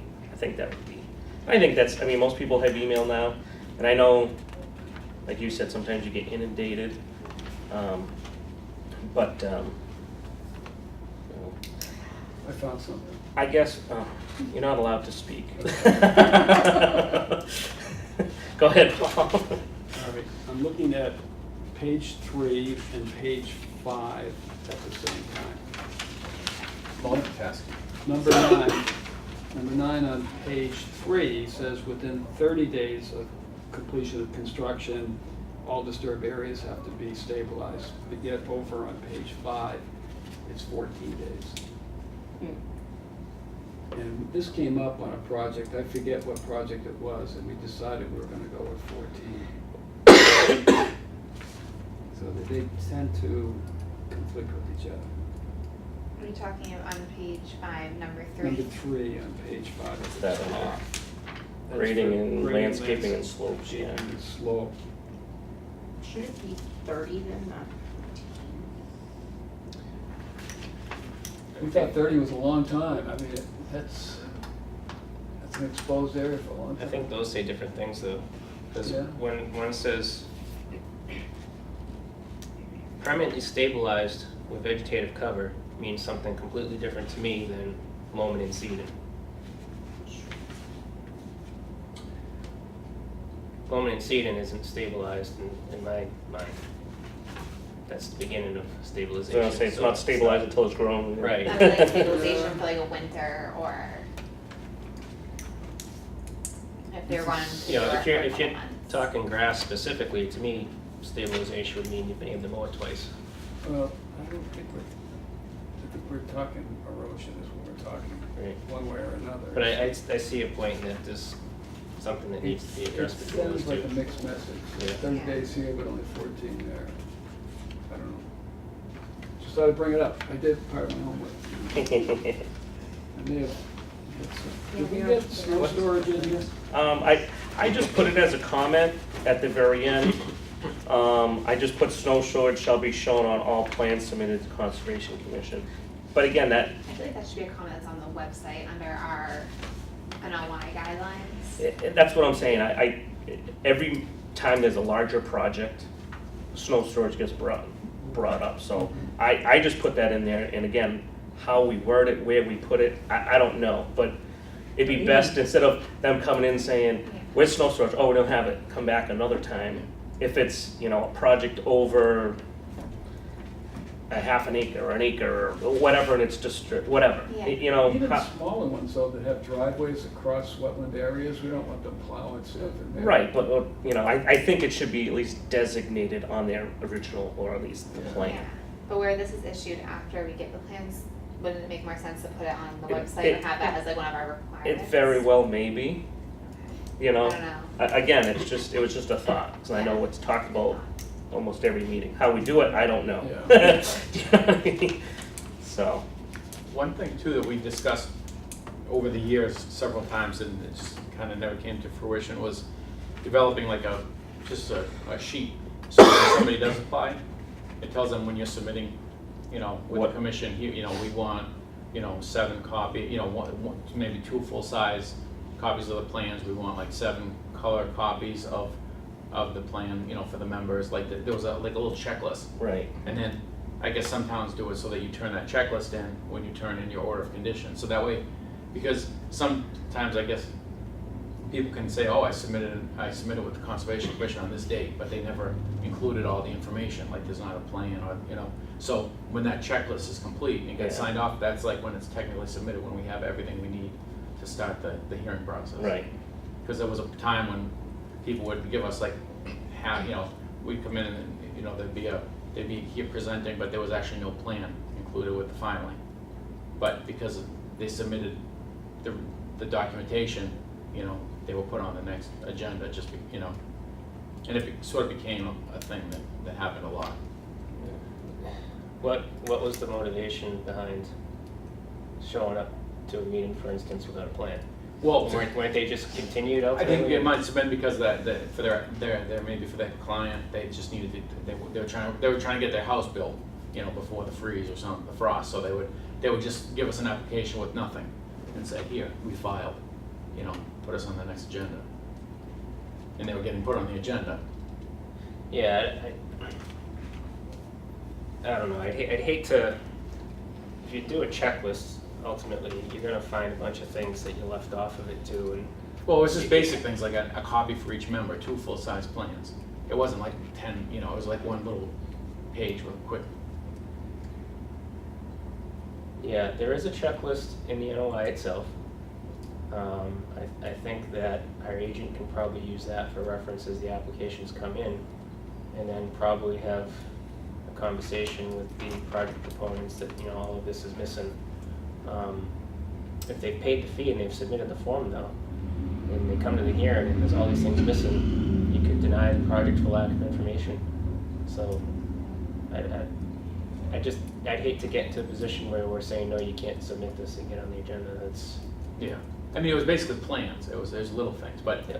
in there you could include, you know, Things that. that, you know. I do understand that a lot of times people want to push the timelines, and I'm 100% with the position. If somebody submits a plan the day before, the day of the Conservation Commission meeting, I don't care if the NOI was submitted 3 weeks prior to then, we haven't had time to look at it. We'll see you next meeting. I mean, that's probably the approach that I want to take. I just don't know, I'd want to take the approach that we won't take the application, put on the agenda, because then they may be able to appeal it to DEP if you're not acting on it. Yeah. And at that point, they may have their information.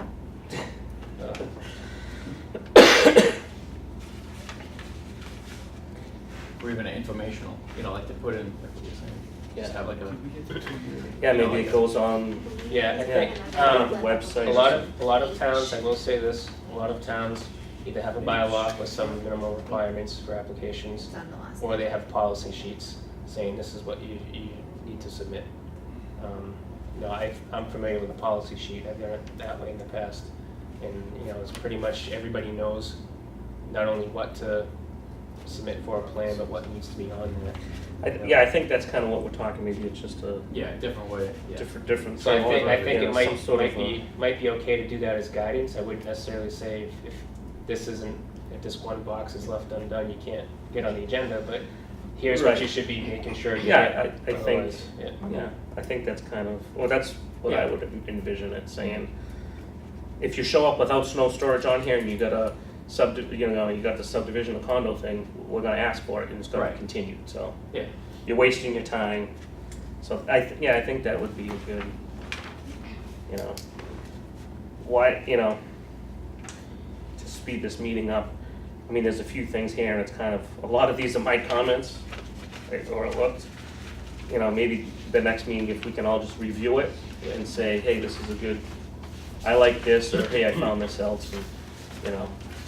And like I said, a lot of these comments at the end were mine, with the, you know, 2 growing seasons, we talked about that. You know, if there is a replication area, and I know, Brad, you mentioned, you know, well, it should be project specific, or, these were just thoughts as I was putting them together. Do we want to address these in a formal document, or do we want to just leave them to every meeting? Just, I don't want to get into certain things where we say, oh, we forgot to mention that as a condition, but this is what we want, but now it's too late. Yeah. And then we end up approving a project because we have to, that was something you didn't want to, you know what I mean? Because it was a glitch, so. But, any objections to reviewing and putting on the next agenda? And only my comments count, Paul.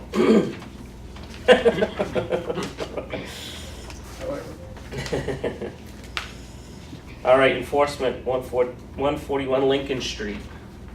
You have something here from Lincoln Yes, I Street. provided, they did provide a consultant. He did from my office, we did discuss the area a little. He is requesting an extension, for the time limit we gave him, just because they're not going to be able to get any contractors out there to assist them with their until after July 25th due to vacations that the consultant is taking. Okay. So he was hoping that he could be granted an extension so he can get in there and start working. This was the one where he filled in the wetlands from the pool up the street. Okay.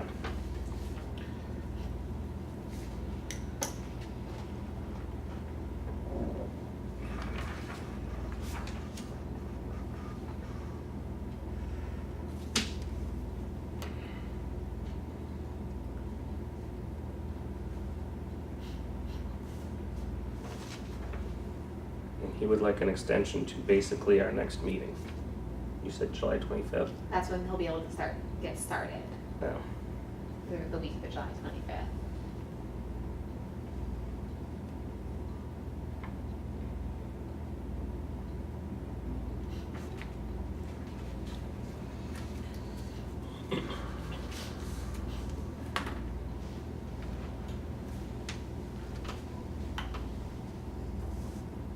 And who's on vacation? Is Thomas Christopher?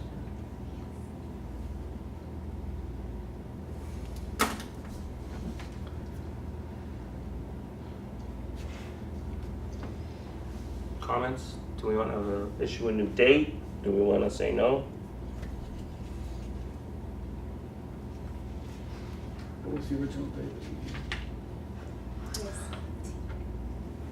August 15th or 14th. It was 45 days. Give him 45 days. And that was, yeah, the 45 days to, I wish I remember, to do what? To complete the project? To complete, to either file a notice of intent or complete their removal and restoration. Okay. So he can't file. It's August 15th. And Quite he, a vacation. what's that? It's quite a vacation. He can't file within 45 days.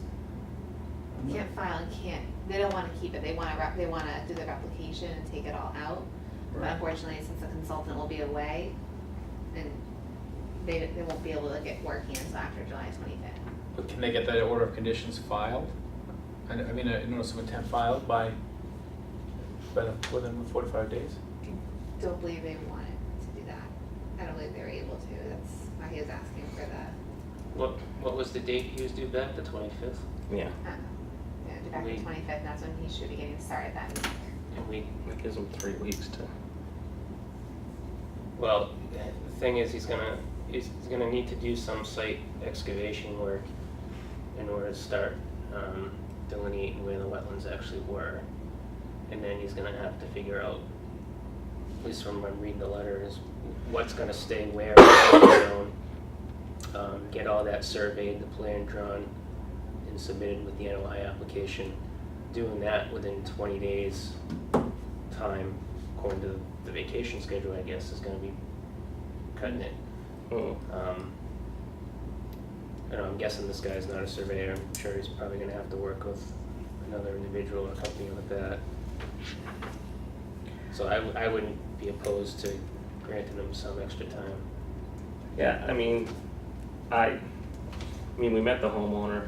Obviously, he was the one, he seemed pretty unaware of what he was doing, but willing to work. So, I mean, Yeah, they absolutely. I personally don't have a problem. I would say like August 31st or whatever, the end of August. Even if we got an update. Give him a couple weeks, that's fine. I don't think, just, talk to him, and Angela, you might have talked to the homeowner, the engineer, or whatever.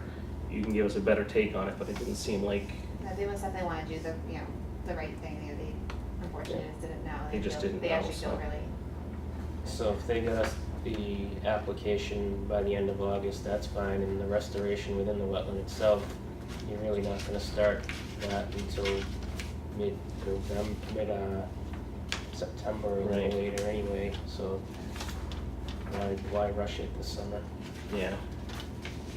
He's came to the meeting and has consultant working on it already. Yeah, that's what I mean, so. Give him a couple more weeks, I don't think would be a problem, that's my opinion. That's my recommendation. I believe they have the right idea. Okay. All right, I'm assuming we need to vote on that, because it was an enforcement thing, so. All right, do I have a motion to extend the time period till the 30th or 31st?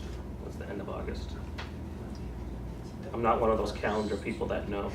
The 31st. People are like counting their knuckles. 31. Yeah. It's a Friday. August 31st will be the new deadline. Do I have a motion? Mr. Chairman, I make a motion that we grant an extension for the enforcement order for 141 Lincoln Street, extending the date to August 31st. Do I have a second? Second. All right, all in favor? All right. Are you gonna communicate with them, Angela? Yes, I will definitely call them. Okay. 103 Exchange. I have not received anything from the homeowner. I was looking through my pile of mail receipts. I actually haven't received anything from the post office either, so I was going to send out another letter or try and stop by when I saw a car there and see if they received it. It's very odd, so I was gonna give the post office a call too and see if I can get a tracking number, because I sent them multiple files out on the same day and they all were received and I got the return receipts, but this one I have not received yet. That you sent it out, They're all the registered or same, certified or yeah. whatever. Certified mail all the same Okay. day. Since Did the you have- last meeting, there's been some seeding over there. It's starting to look green, where it's been excavated out. But there's been additional excavation closer to the river Since our last meeting. since our last meeting. There's a lot of tree, debris, stumps and stuff pushed down closer to the river. Okay. So additional work. Yeah.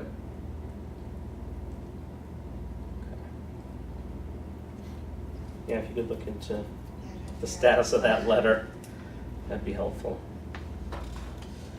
723 Willard.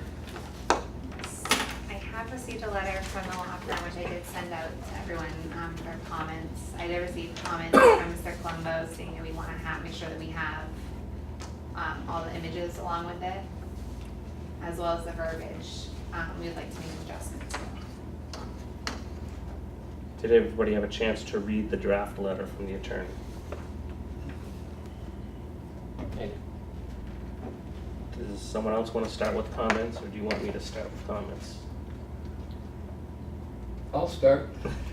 I read the letter this morning and I responded immediately to Angela because from my memory, it was much more than a basketball court and or a tennis court. I seem to remember a shed, a patio, a fire pit, stone paver wall, electrical infrastructure, lighting, quite a bit. And Correct. I didn't have access to the maps or the pictures, so I asked Angela to. You are bring some of correct. that. You are correct. I didn't know where we were making our judgment on the property line, and 'cause we had pictures of everything that was there. And That's correct. Then I started questioning, that maybe some of that is on the owner's land and not ours, but I think it's all on ours. From everything that I have seen through this whole project, everything that was constructed that you mentioned is on Conservation. land. city-owned conservation land. Because I believe there's like a hedge between his property Right. and this area, so it's very distinct lines. So all those items you mentioned were Yeah. in the conservation area, so. That's what I thought. So, and obviously that sentence is gonna have to be rewritten because it kinda lets them off the hook. Correct. Just take the court out and everybody's happy, but I wouldn't be. Correct. And there didn't seem to be any time limit, or was there? Did I There's a see that? 14-day time limit. Well, Well, go ahead. yeah, if I may.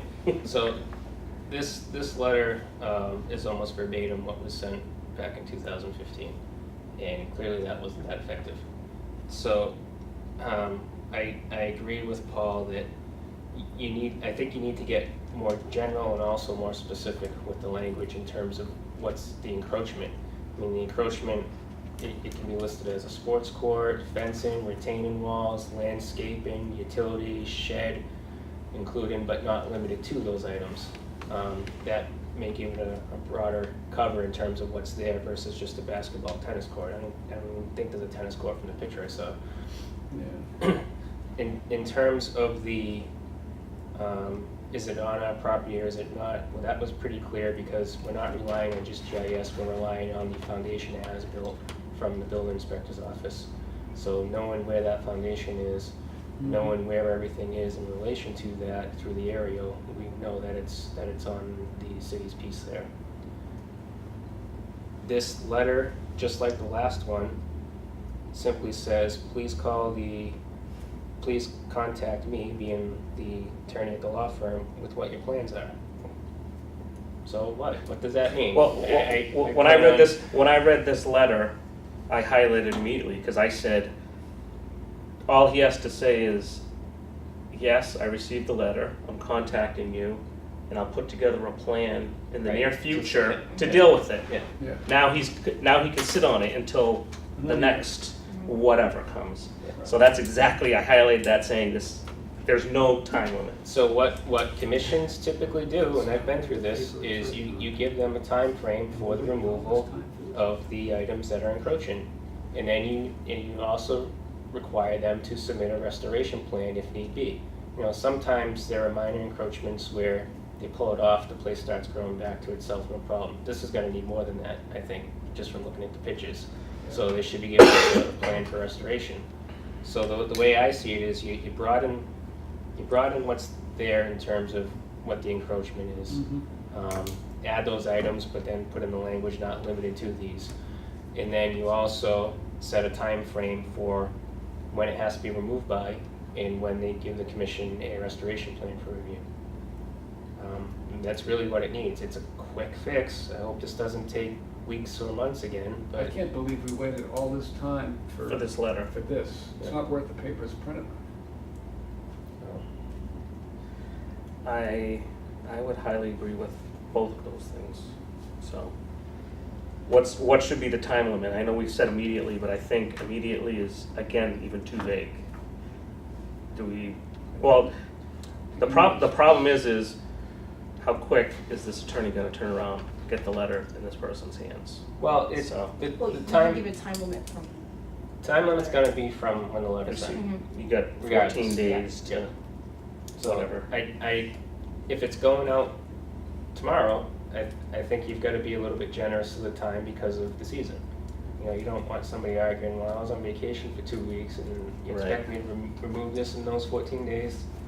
You know, if this does get to court, no judge is going to back that. So you probably, in my mind, you give them 30 days from when the letter's sent out. Sounds reasonable. Covers vacation time and gives extra time to actually get the work done and plan on it.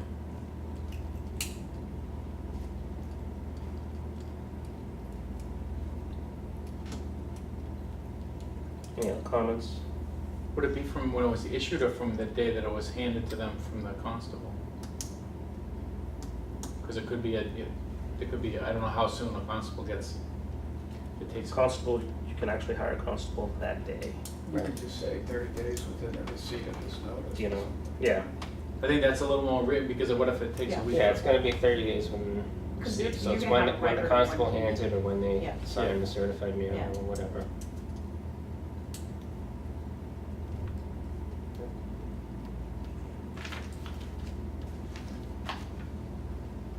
Got all that. I believe so. I'll double check.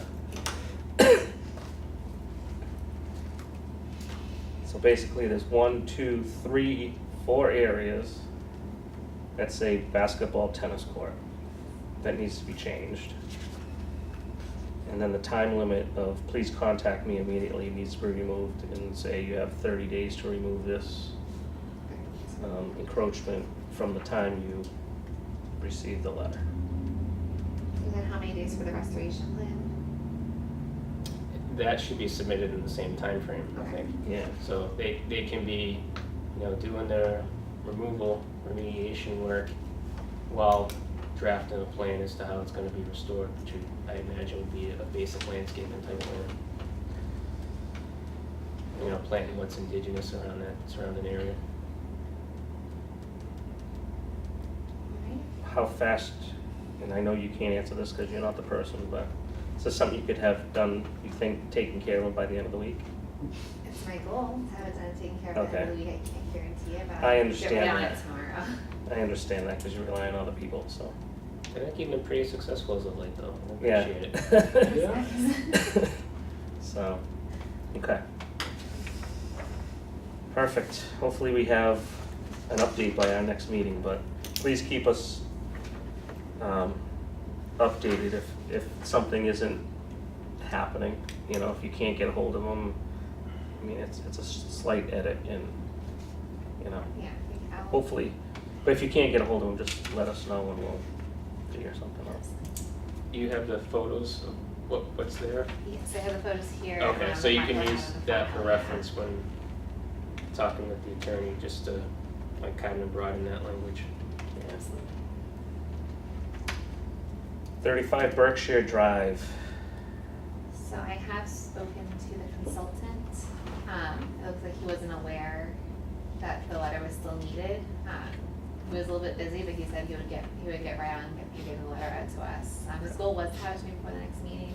Unfortunately, he didn't get it to me before the next meeting. But he wasn't actually completely aware that that was still needed. Okay. Who was that consultant? Do you remember? Karen Environmental. Karen, okay. Okay. 96 Exchange. At this time, there's no update. They're not doing any work there. I was just down there the other day. That has not been delineated or anything yet. No The update. erosion controls have not been adjusted either. Okay. And no works. No work's been worked that Okay. I've seen. Paul would know better than Provide everything. Neighborhood watchdog. I try to go down at least once a week. Can't leave my house without going by it. Emergency certs. None at this time. Any project updates from any commission members and or our agent? Budget. I don't see one attached. Eunice was down today, but I went to print out the budget. I do know today is the last day of the warrant, so I'm not sure if it was just overloaded. That's fine. But it hasn't really. That's fine. I mean, we don't need to see the budget every meeting, it's just, we wanna keep it, you know what I mean? So, sounds like you're on it.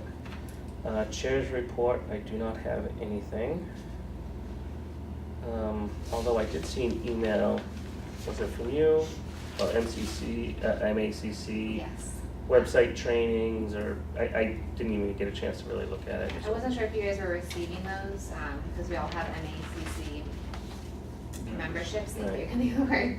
So we do have access to all these different trainings and webinars, free lunch webinars that they have, so I do know some people don't have access to their city emails, which is the email that's registered, so I'm Right. just gonna start forwarding them to Yeah, you that'd be as good. I receive them. That'd be good, just, 'Cause sometimes I get them, sometimes I don't get them, I don't know, my email's Yeah, kinda messed I up, used to so. get them. I used to get them, I don't seem to get them anymore, Yeah, so. so I but- figured I'd forward them when I receive them. All right, good.